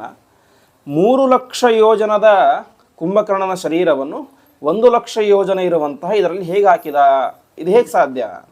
ಅದಕ್ಕೆ ಅವ್ರು ಹೇಳ್ತಾರೆ, ರಾಮದೇವರು ಅವನ ಶರೀರವನ್ನು ವಾದಿರಾಜರು ತಾತ್ಪರ್ಯಕ್ಕೆ ವ್ಯಾಖ್ಯಾನ ಮಾಡ್ತಾರೆ. ಅವರು ವ್ಯಾಖ್ಯಾನದಲ್ಲಿ ಹೇಳ್ತಾರೆ, ರಾಮದೇವರು ಅವನ ಶರೀರವನ್ನು ಸುಮ್ಮನೆ ಹಾಗೇ ಬಿಸಾಕಲಿಲ್ಲ, ಕಟ್ ಮಾಡಿ ಬಿಸಾಕಿದ್ರು ಅಂತ. ಹಾಗಾಗಿ ತುಂಡು ಮಾಡಿ ಬಿಸಾಕಿದ್ರಿಂದಾಗಿ ಅದೆಲ್ಲ 3 ಲಕ್ಷ ಯೋಜನ ವಿಸ್ತೀರ್ಣವಾಗಿದ್ದರೂ ಕೂಡ ಅದು 1,00,000 ಯೋಜನ ದೂರ ಇರುವಂತಹ ಸಮುದ್ರದಲ್ಲಿ ಬಿತ್ತು ಎಂಬುದಾಗಿ ವಾದಿರಾಜರು ತಮ್ಮ ವ್ಯಾಖ್ಯಾನದಲ್ಲಿ ತಿಳಿಸ್ತಾರೆ. ಈ ರೀತಿ ಆಯಿತು. ಇಷ್ಟೆಲ್ಲ ನೋಡಿ ಇಂದ್ರಜಿತ್ ದೇವಿಗೆ ತುಂಬ ಸಿಟ್ಟು ಬರುತ್ತೆ. ಇನ್ನು ನಾನು ಸಾಮಾನ್ಯವಾಗಿ ಯುದ್ಧ ಮಾಡಿದರೆ ಪರವಾಗಿ ಇದು ಸಾಕಾಗೋದಿಲ್ಲ, ನಾನು ಸ್ವಲ್ಪ ಉಗ್ರವಾಗಿ ಯುದ್ಧ ಮಾಡಬೇಕು ಅಂತ ಅವನು ಕೂಡ ವಿಶೇಷವಾಗಿ ಯುದ್ಧ ಮಾಡಲಿಕ್ಕೆ ಶುರು ಮಾಡ್ತಾನೆ. ಈ ಸಂದರ್ಭದಲ್ಲಿ ಅವನು ಒಂದು ನಾಗಪಾಶವನ್ನು ಪ್ರಯೋಗ ಮಾಡ್ತಾನೆ. ನಾಗಪಾಶ ಅಂಥೇಳಿ ಒಂದು ಸರ್ಪದ ಒಂದು ವಿಶಿಷ್ಟವಾದಂತಹ ಅಸ್ತ್ರ, ಅದನ್ನು ಪ್ರಯೋಗ ಮಾಡ್ತಾನೆ. ಅದನ್ನು ಪ್ರಯೋಗ ಮಾಡಿದಾಗ ಪರಮಾತ್ಮನ ಆಜ್ಞೆಯಂತೆ ಸಾಕ್ಷಾತ್ ಗರುಡ ದೇವರು ಬಂದು ತಮ್ಮ ರೆಕ್ಕೆಯನ್ನು ಜೋರಾಗಿ ಬೀಸ್ತಾರೆ. ಆ ರೆಕ್ಕೆಯ ಗಾಳಿಗೇನೆ ನಾಗಪಾಶ ಎಲ್ಲವನ್ನು ಕೂಡ ಬಿಡಿಸಿಬಿಡುತ್ತೆ ಅಂತೆ. ಯಾಕೆಂದರೆ ನಾಗದೇವರಿಗೆ ದೊಡ್ಡ ಶತ್ರು ಗರುಡ. ಹಾಗಾಗಿ ನಾಗಪಾಶ ಎಲ್ಲವೂ ಕೂಡ ಗರುಡ ದೇವರಿಂದಾಗಿ ಹೋಗಿಬಿಡುತ್ತೆ. ಕೊನೆಗೆ ಇಂದ್ರಜಿತ್ತು ಇನ್ನೊಂದು ಬಾರಿ ನಾಗಪಾಶವನ್ನು ಪ್ರಯೋಗ ಮಾಡ್ತಾನೆ. ಎರಡನೇ ಬಾರಿ ಪ್ರಯೋಗ ಮಾಡ್ತಾನೆ. ಇವಾಗ ಎರಡನೇ ಬಾರಿ ಪ್ರಯೋಗ ಮಾಡಿದಾಗ ಎಲ್ಲರೂ ಕೂಡ ಕೆಳಗೆ ಬಿದ್ದು ಬಿಡ್ತಾರೆ ಅಂತೆ. ಹನುಮಂತ ದೇವರು ಮತ್ತು ರಾಮದೇವರು ಇಬ್ಬರನ್ನು ಬಿಟ್ಟು ಪ್ರತಿಯೊಬ್ಬರು ಕೂಡ ಕೆಳಗಡೆ ಬಿದ್ದು ಬಿಡ್ತಾರೆ. ಲಕ್ಷ್ಮಣ ಕೂಡ ಕೆಳಗಡೆ ಬೀಳ್ತಾನೆ ಅಂತೆ. ಆವಾಗ ವಿಭೀಷಣ ಬರ್ತಾನೆ ನೋಡಲಿಕ್ಕೆ ಎಲ್ಲರೂ ಹೇಗಿದ್ದಾರೆ ಅಂತ. ಪ್ರತಿಯೊಬ್ಬರು ಕೂಡ ಕೆಳಗಡೆ ಬಿದ್ದು ಬಿಟ್ಟಿದ್ದಾರೆ ನಾಗಪಾಶಕ್ಕೆ ಸಿಲುಕಿಕೊಂಡು. ಆವಾಗ ಸ್ವಲ್ಪ ನೀರನ್ನು ಜಾಂಬೋತನಿಗೆ ಸಿಡಿಸ್ತಾನೆ ಅಂತೆ. ಜಾಂಬೋತನಿಗೆ ಸಿಡಿಸಿ ಕೇಳ್ತಾನೆ, ಏನು ಆರಾಮಿದ್ದೀಯಾ ನೀನು ಅಂತ. ಸರಿ, ನಾನು ಆರಾಮಿದ್ದೇನೆ, ಹನುಮಂತ ಹೇಗಿದ್ದಾನೆ ಅಂತ. ಹನುಮಂತ ಆರಾಮಾಗಿದ್ದಾರೆ, ಅವನಿಗೆ ಯಾವ ಬಂಧನೂ ಕೂಡ ಆಗಿಲ್ಲ ಅಂತ ತಿಳಿಸ್ತಾರೆ. ಆವಾಗ ಜಾಂಬವಂತ ಹೇಳ್ತಾನೆ, ಹನುಮಂತ ಒಬ್ಬ ಬದುಕಿದ್ದರೆ ನಾವೆಲ್ಲರೂ ಕೂಡ ಬದುಕಿದಂತೆ ಎಂಬುದಾಗಿ ಹೇಳಿ ಜಾಂಬವಂತ ಹೇಳ್ತಾನೆ ಹನುಮಂತನ ಕರೆದು, ಹನುಮಂತ ನೀನು ಈಗಲೇನೆ ಮೇರು ಪರ್ವತದ ಹತ್ತಿರ ಇರುವಂತಹ ಗಂಧಮಾದನ ಪರ್ವತವನ್ನು ತೆಗೆದುಕೊಂಡು ಬಾ. ಅದರಲ್ಲಿ 4 ಒಂದು ಔಷಧಿಗಳಿವೆ, ಸ್ಪೆಷಲ್ ಔಷಧಿಗಳು. ಮೃತ ಸಂಜೀವಿನಿ, ಸಂಧಾನಕರಣಿ, ಸವರ್ಣಕರಣಿ, ವಿಶಲ್ಯಕರಣಿ ಅಂತ ಸತ್ತವರನ್ನು ಬದುಕಿಸುವಂಥದ್ದು ಅಥವಾ ಅಂಗಾಂಗಗಳು ಕಟ್ಟಾಗಿ ಹೋದರೆ ಸೇರಿಸುವಂತಹ ಒಂದು ವಿಶಿಷ್ಟವಾದಂತಹ ಔಷಧಿಗಳಿವೆ. ಅದೆಲ್ಲವನ್ನು ಕೂಡ ತೆಗೆದುಕೊಂಡು ಬಾ ಎಂಬುದಾಗಿ ಹೇಳ್ತಾರೆ. ಆವಾಗ ಯಾವ ಹನುಮಂತ ದೇವರು ನೇರವಾಗಿ ಗಂಧಮಾದನ ಪರ್ವತಕ್ಕೆ ಹಾರ್ತಾರೆ. ಗಂಧಮಾದನ ಪರ್ವತ ಅಲ್ಲಿಂದ 50,000 ಯೋಜನ ದೂರ ಇತ್ತು ಅಂತೆ. ಅಷ್ಟು ದೂರದ ಪರ್ವತವನ್ನು ಹಾರಿ ಅವರೇನು ಮಾಡ್ತಾರೆ, ಆ 100 ಯೋಜನ ವಿಸ್ತೀರ್ಣವಾದಂತಹ ಪರ್ವತದ ಒಂದು ಶಿಖರವನ್ನು ತಂದು ಇಲ್ಲಿ ಹಾಕ್ತಾರೆ. ಇಲ್ಲಿ ಹಾಕಿ ಅದರಿಂದ ಎಲ್ಲ ಬದುಕ್ತಾರೆ, ಕಪಿಗಳೆಲ್ಲ ಬದುಕ್ತಾರೆ. ಕೈಕಾಲು ಕಟ್ಟಾದವರು ಎಲ್ಲ ಕೈಕಾಲೆಲ್ಲ ವಾಪಸ್ ಬರುತ್ತೆ, ಎಲ್ಲ ಆಗುತ್ತೆ. ಸರಿ, ಹೀಗೆ ಮಾಡಬೇಕು, ಮತ್ತೊಂದು ವಾಪಸ್ ಅಲ್ಲೋಗಿ ಇಟ್ಟು ಬರಬೇಕು. ಅದನ್ನೆಲ್ಲ ಇಡೋದು ಅಷ್ಟು ದೊಡ್ಡ ಪರ್ವತವನ್ನು. ಮತ್ತೆ ಅಲ್ಲಿಗೆ ಹೋಗಿ ವಾಪಸ್ ಇಟ್ಟು ಬರಲಿಕ್ಕೆ ಏನಾಗುತ್ತೆ, ಸಮಯ ಆಗುತ್ತೆ. ಹಾಗಾಗಿ ಅವರೇನು ಮಾಡ್ತಾರೆ, ತಾವು ಎಲ್ಲಿ ಇದ್ದರೂ ಅಲ್ಲಿಂದನೇ ಆ ಪರ್ವತವನ್ನು ಅಲ್ಲಿ ಬಿಸಾಕ್ತಾರೆ ಅಂತೆ. ಬಿಸಾಕಿದಾಗ ಆ ಪರ್ವತ ಮೊದಲು ಯಾವ ರೀತಿಯಾಗಿ ಸಮತಟ್ಟಾಗಿ ಒಂದೇ ಜಾಗದಲ್ಲಿ ಇತ್ತೋ, 1 ಇಂಚು ಕೂಡ ಆ ಕಡೆ ಈ ಕಡೆ ಆಗದಂಥದ್ದೇನಾಯಿತು, ಅದೇ ರೀತಿಯಾಗಿ ಕುಳಿತುಕೊಂಡಿತ್ತು ಎಂಬುದಾಗಿ ಹೇಳ್ತಾರೆ. ಈ ರೀತಿಯಾದಂಥ ದಿವ್ಯ ಪರಾಕ್ರಮವನ್ನು ತೋರಿಸ್ತಾರೆ. ಇಷ್ಟೆಲ್ಲ ಆಯಿತು. ಎರಡನೇ ಬಾರಿ ಪ್ರಯೋಗ ಮಾಡಿದಂತಹ ನಾಗಪಾಶವು ಕೂಡ ವ್ಯರ್ಥ ಆಯಿತು. ಕೊನೆಗೆ 3ನೇ ಬಾರಿ ನಾಗಪಾಶವನ್ನು ಇಂದ್ರಜಿತ್ತು ಪ್ರಯೋಗ ಮಾಡ್ತಾನೆ ಅಂತೆ. ಈ ರೀತಿಯಾಗಿ ಪ್ರಯೋಗ ಮಾಡಿದಾಗ ಅದನ್ನು ಕೂಡ ರಾಮದೇವರು ಏನು ಮಾಡ್ತಾರೆ, ಅದನ್ನು ದೂರ ಮಾಡ್ತಾರೆ. ತಮ್ಮ ಅಸ್ತ್ರದ ಪ್ರಭಾವದಿಂದಾಗಿ ಅದನ್ನು ದೂರಗೊಳಿಸ್ತಾರೆ. ಕೊನೆಗೆ 3ನೇ ನಾಗಪಾಶದ ಭೀತಿಯು ಕೂಡ ದೂರ ಆಗುತ್ತೆ. ಇಂದ್ರಜಿತ್ ಏನು ಮಾಡ್ತಾ ಇದ್ದ ಅಂತ ಹೇಳಿದ್ರೆ, ಪ್ರತಿ ಬಾರಿ ಒಂದು ನಾಗಾಸ್ತ್ರ ಪ್ರಯೋಗ ಮಾಡಬೇಕಾದ್ರೆ ಒಂದು ಅಭಿಚಾರಿಕ ಹೋಮವನ್ನು, ಅಂದರೆ ಒಂದು ತಾಮಸದ ಒಂದು ಕೆಟ್ಟ ಹೋಮವನ್ನು ಮಾಡಿಕೊಂಡು ಬಂದು ಅದರಿಂದ ಶಕ್ತಿ ಪಡೆದುಕೊಂಡು ಪ್ರಯೋಗ ಮಾಡ್ತಾ ಇದ್ದ. ಇನ್ನೇನು ಮಾಡಬೇಕು, 4ನೇ ಬಾರಿ ನಾಗಪಾಶ ಪ್ರಯೋಗ ಮಾಡಬೇಕು. ಆವಾಗ ವಿಭೀಷಣ ರಾಮದೇವರ ಹತ್ರ ಬಂದು ಹೇಳ್ತಾನೆ ಅಂತೆ, ರಾಮದೇವರೇ ಆದಷ್ಟು ಬೇಗ ನೀವು ಇಂದ್ರಜಿತ್ತವನ್ನು ಸಂಹಾರಕ್ಕೆ ವ್ಯವಸ್ಥೆ ಮಾಡಿ ಅಂತ. ಯಾಕೆಂದರೆ ಅವನಿಗೆ ಬ್ರಹ್ಮದೇವರು ವರ ಕೊಟ್ಟಿದ್ದರು ಅಂತೆ, 4 ಬಾರಿ ನೀನು ಆಭಿಚಾರ ಹೋಮವನ್ನು ಮಾಡಿದರೆ ನೀನು ಅವಧ್ಯನಾಗ್ತೀಯ ಅಂತ. ಅವಧ್ಯ ಆಗಿದ್ರೂ ಸಂಹಾರ ಮಾಡೋದು ದೊಡ್ಡ ವಿಷಯ ಏನಲ್ಲ ರಾಮದೇವರಿಗಾಗಲಿ ಹನುಮಂತ ದೇವರಿಗಾಗಲಿ. ಆದರೂ ಕೂಡ ಅದು ಮಾಡೋದು ಬೇಡ ಎಂಬುದಾಗಿ ಬಂದು ಹೇಳ್ತಾರೆ. ಈ ರೀತಿಯಾಗಿ ಹೇಳಿದಾಗ ಲಕ್ಷ್ಮಣ ಹನುಮಂತ ಎಲ್ಲರೂ ಕೂಡ ಬಂದು ಯಾವ ರೀತಿಯಾಗಿ ಅವನನ್ನು ಸಂಹಾರ ಮಾಡಬೇಕು ಎಂಬುದಾಗಿ ತೀರ್ಮಾನ ಮಾಡ್ತಾರೆ.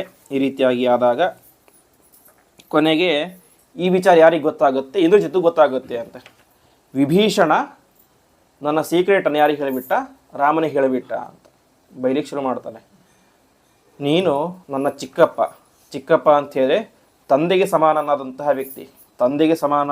ವ್ಯಕ್ತಿ ಮಗನನ್ನೇ ಕೊಲ್ಲಬೇಕು ಅಂತ ನೀನು ಇನ್ನೊಬ್ಬರಿಗೆ ಹೇಳ್ತಾ ಇದ್ದರೆ ನಿನಗೆ ನಾಚಿಕೆ ಆಗೋದಿಲ್ಲ ಎಂಬುದಾಗಿ ಬೈತಾನೆ. ಇಷ್ಟೆಲ್ಲ ಬೈದರೂ ಕೂಡ ವಿಭೀಷಣ ಇನ್ನೂ ಕೂಡ ಪ್ರತಿಯಾಗಿ ಮಾತಾಡೋದಿಲ್ಲ. ಅವನಿಗೆ ಗೊತ್ತಿರ್ತಾನೆ ಯೋಗ್ಯತೆ ಏನು, ಯಾರ ಜೊತೆಗೆ ಸಂಹಾರ ಆಗ್ತಾನೆ ಅಂತ. ಹಾಗಾಗಿ ಸುಮ್ಮನೆ ಇರ್ತಾನೆ. ಇಷ್ಟೆಲ್ಲ ಆದ ನಂತರ ಲಕ್ಷ್ಮಣ ವಿಶೇಷವಾಗಿ ಯುದ್ಧ ಮಾಡಲಿಕ್ಕೆ ಶುರು ಮಾಡ್ತಾನೆ. ಎಷ್ಟು ಬಾರಿ ಬಾಣ ಪ್ರಯೋಗ ಮಾಡಿದರೂ ಕೂಡ ಇಂದ್ರಜಿತ್ತವನ್ನು ಗೆಲ್ಲಿಕ್ಕೆ ಆಗೋದೇ ಇಲ್ಲ ಅಂತ. ಕೊನೆಗೆ ಒಂದು ಪ್ರತಿಜ್ಞೆ ಮಾಡ್ತಾನೆ, ಒಂದು ಬಾಣ ಹಿಡ್ಕೊಳ್ತಾನೆ ಕೈಯಲ್ಲಿ. ಒಂದು ಮಾತು ಹೇಳ್ತಾನೆ, ಧರ್ಮಾತ್ಮ ಸತ್ಯಸಂಧಶ್ಚ ರಾಮೋ ದಾಶರಥಿರ್ಯದಿ ಪೌರುಷೇ ಚಾಪ್ರತಿದ್ವಂದ್ವ ಶರೈನಂ ಜಹಿ ರಾವಣಿಂ ಅಂತ. ನಾನು ಈಗ ಬಾಣ ಪ್ರಯೋಗ ಮಾಡ್ತೇನೆ. ಬಾಣಕ್ಕೆ ಹೇಳ್ತಾನೆ, ಎಲೆ ಬಾಣ, ಒಂದು ವೇಳೆ ನನ್ನ ಅಣ್ಣನಾದಂತಹ ರಾಮಚಂದ್ರ ಧರ್ಮಾತ್ಮ ಧರ್ಮಿಷ್ಠನಾಗಿದ್ದರೆ, ಸತ್ಯಸಂಧ ಯಾವತ್ತೂ ಕೂಡ ಸುಳ್ಳು ಮಾತನಾಡದಿರುವಂತಹ ವ್ಯಕ್ತಿಯಾಗಿದ್ದರೆ, ಪೌರುಷೇ ಚಾಪ್ರತಿದ್ವಂದ್ವ ಅವನಿಗೆ ಸರಿಸಮಾನನಾದಂತಹ ಒಬ್ಬ ವ್ಯಕ್ತಿ ಜಗತ್ತಿನಲ್ಲಿ ಇಲ್ಲ ಅನ್ನೋದು ನಿಶ್ಚಯ ಆಗಿದ್ದರೆ, ಒಟ್ಟಿನಲ್ಲಿ ರಾಮ ಸರ್ವೋತ್ತಮ ಅನ್ನೋದು ನಿಶ್ಚಯ ಆಗಿದ್ದರೆ, ನೀನು ಈಗಲೇ ಈ ರಾವಣಿಯನ್ನು, ರಾವಣನ ಮಗನಾದಂಥ ಇಂದ್ರಜಿತ್ತನ್ನು ಸಂಹಾರ ಮಾಡು ಎಂಬುದಾಗಿ ಆ ಬಾಣಕ್ಕೆ ಅಭಿಮಾನಿ ದೇವತೆಗಳಲ್ಲಿ ತಾನು ಪ್ರಾರ್ಥನೆಯನ್ನು ಮಾಡ್ತಾನೆ. ತಕ್ಷಣದಲ್ಲಿಯೇ ರಾಮ ಸತ್ಯಾತ್ಮನಾಗಿದ್ದರೆ, ರಾಮ ಧರ್ಮಿಷ್ಠನಾಗಿದ್ದರೆ ಕೊಲ್ಲು ಎಂಬುದಾಗಿ ಹೇಳಿದಾಗ ಇಲ್ಲಿಯ ತನಕ ಕೊಲ್ಲದಿದ್ದಂಥ ಬಾಣಗಳು ಕೂಡ ಏನು ಮಾಡ್ತವೆ, ಒಂದೇ ಏಟಿಗೆ ಆ ಒಂದು ರಾವಣಿಯನ್ನು, ಇಂದ್ರಜಿತ್ತವನ್ನು ಸಂಹಾರ ಮಾಡ್ತವೆ ಎಂಬುದಾಗಿ ಹೇಳ್ತಾರೆ. ಹಾಗಾಗಿ ರಾಮದೇವರ ಬಾಣಕ್ಕೆ ಮಾತ್ರ ಶಕ್ತಿಯಲ್ಲ, ರಾಮದೇವರ ಕೇವಲ ಹೆಸರನ್ನು ಹೇಳಿಬಿಟ್ಟಂತಹ ಬಾಣಕ್ಕೂ ಕೂಡ ಇಷ್ಟದು ವಿಶಿಷ್ಟವಾದಂಥ ಶಕ್ತಿ ಇತ್ತು ಎಂಬುದಾಗಿ ಹೇಳ್ತಾರೆ. ಈ ರೀತಿಯಾಗಿ ಸಂಹಾರ ಆಯಿತು. ಹೀಗೆ ರಾವಣನ ಅಪಾರ ಸೈನ್ಯ ನಾಶ ಆಯಿತು. ಇಷ್ಟೆಲ್ಲ ಆದ ನಂತರ ರಾವಣ ವಾಸ್ತವಿಕವಾಗಿ ತನ್ನ ಎಲ್ಲ ಸೈನ್ಯ ಕಳಿಸಿರಲಿಲ್ಲ ಅಂತೆ. ಕೆಲವೊಂದಿಷ್ಟು ಸೈನ್ಯ ಇನ್ನೂ ಅಲ್ಲೇ ಹಾಗೇ ಇತ್ತು. ಕೊನೆಗೆ ಅವನೇನು ಮಾಡ್ತಾನೆ, ಒಂದು ದೊಡ್ಡ ಸೈನ್ಯವನ್ನು ಕರೆಸ್ತಾನೆ ಅಂತೆ. ಆ ಸೈನ್ಯ ಸಂಖ್ಯೆ ಹೇಳಿ ಬರೋದಿಲ್ಲ. ಅದಕ್ಕೆ ವಾಲ್ಮೀಕಿಗಳು ಹೇಳ್ತಾರೆ, 36 ಅನ್ನೋ ನಂಬರ್ ಮುಂದೆ 70 ಜೀರೋವನ್ನು ಸೇರಿಸಿದ್ರೆ ಎಷ್ಟು ಸೈನ್ಯ ಆಗುತ್ತೋ ಅಷ್ಟು ಸೈನ್ಯ ಎಂಬುದಲ್ಲಿತ್ತು ಅಂತೆ. ಆ ಒಂದು ರಾವಣನ ಲಂಕೆಯಲ್ಲಿ ಇತ್ತಂತೆ. ಅಂದರೆ ಅದಕ್ಕೆ ಮಹೋಗ ಅಂತ ಕರೀತಾರೆ ಸಂಸ್ಕೃತದಲ್ಲಿ ಆ ಒಂದು ಸಂಖ್ಯೆಗೆ. ಸರಿ, ಲಂಕಾಪಟ್ಟಣ ಇರೋದು ಅದೊಂದು ಸಣ್ಣ ದ್ವೀಪ. ಇಷ್ಟು ಸಣ್ಣ ದ್ವೀಪದಲ್ಲಿ ಇಷ್ಟು ಕೋಟ್ಯಾನುಗಟ್ಟಲೆ ರಾಕ್ಷಸರು ಹೇಗೆ ವಾಸವಾಗಿದ್ದು, ಅಷ್ಟು ಜಾಗ ಇಲ್ಲಿತ್ತು ಎಂಬುದಾಗಿ ಪ್ರಶ್ನೆ ಬಂದಾಗ ಬ್ರಹ್ಮದೇವರ ವರ ಇತ್ತು ಅಂತ ಅವರಿಗೆ. ಈ ಸಣ್ಣದಾದಂತಹ ಲಂಕೆಯಲ್ಲಿ ಅವರೆಲ್ಲರೂ ಕೂಡ ಸಣ್ಣ ಸಣ್ಣ ರೂಪದಿಂದಾಗಿ ವಾಸವಾಗಿರಲಿ, ಎಲ್ಲರೂ ಕೂಡ ವಾಸವಾಗಿರಲಿ, ಅಗತ್ಯವಿದ್ದಾಗ ರಾಕ್ಷಸ ರೂಪವನ್ನು ಧರಿಸಿ ಯುದ್ಧ ಮಾಡಲಿ ಅಂತ ಹೇಳಿದರು. ಈ ರೀತಿಯಾಗಿ ರಾಮದೇವರ ಆ ಸೈನ್ಯದ ಮುಂದೆ ಅಷ್ಟು ಮಹೋಘ ಸಂಖ್ಯೆಯ ಕೋಟ್ಯಾನುಕೋಟಲೆ ದೊಡ್ಡ ಸೈನ್ಯ ಬರುತ್ತೆ. ಇಷ್ಟೆಲ್ಲ ನೋಡಿದಾಗ ರಾಮದೇವರು ಯೋಚನೆ ಮಾಡ್ತಾರೆ, ಇಷ್ಟೆಲ್ಲ ದೊಡ್ಡ ಸೈನ್ಯವನ್ನು ಸಂಹಾರ ಮಾಡಲಿಕ್ಕೆ ನನ್ನ ಸೈನ್ಯಕ್ಕಂತರೂ ಅಷ್ಟು ಶಕ್ತಿ ಇಲ್ಲ, ಹಾಗೆ ನಾನೇ ಯುದ್ಧ ಮಾಡಬೇಕು ಅಂತ ತಾವೇ ಒಂದೊಂದು ರೂಪವನ್ನು ತೆಗೆದುಕೊಂಡು ಎಲ್ಲ ಕೋಟ್ಯಾನುಗಟ್ಟೆ ದೊಡ್ಡ ದೊಡ್ಡ ಸೈನ್ಯವನ್ನು ಕೂಡ ಸಂಹಾರ ಮಾಡಿ ಹಾಕ್ತಾರೆ. ಈ ರೀತಿ ಸಂಹಾರ ಆಯಿತು. ಕೊನೆಗೆ ಅನೇಕ ಅಲ್ಲಿದ್ದಂಥ ದೊಡ್ಡ ದೊಡ್ಡ ರಾಕ್ಷಸರು ಕೂಡ ಸಂಹಾರ ಸತ್ತು ಹೋಗ್ತಾರೆ. ಕೊನೆಗೆ ರಾಮ ಮತ್ತು ರಾವಣರ ಯುದ್ಧ ಎಂಬುದು ಪ್ರಾರಂಭ ಆಯಿತು ಎಂಬುದಾಗಿ ಹೇಳ್ತಾರೆ. ಈ ರಾಮ ಮತ್ತು ರಾವಣರ ಯುದ್ಧ ಹೇಗಿತ್ತು ಅಂತ ವಾಲ್ಮೀಕಿಗಳು ಒಂದು ಸುಂದರ ಮಾತಲ್ಲಿ ಹೇಳ್ತಾರೆ. ಗಗನಂ ಗಗನಾಕಾರಂ ಸಾಗರ ಸಾಗರೋಪಮಃ ರಾಮ ರಾವಣಯೋರ್ ಯುದ್ಧಂ ರಾಮ ರಾವಣಯೋರಿವ ಅಂತ. ಅವ್ರ ಯುದ್ಧ ಹೇಗಿತ್ತು ಅಂತ ಹೇಳಿ ಅದಕ್ಕೆ ಒಂದು ದೃಷ್ಟಾಂತಗಳಿಗೆ ಬರೋದೇ ಇಲ್ಲ ಅಂತೆ. ಈಗ ಆಕಾಶ ಹೇಗಿದೆ ಅಂತ, ಎಷ್ಟು ದೊಡ್ಡದಿದೆ ಅಂತ ಹೇಳೋಕಂದ್ರೆ ಅದಕ್ಕಿಂತ ದೊಡ್ಡದು ಯಾವುದೂ ಇಲ್ಲ.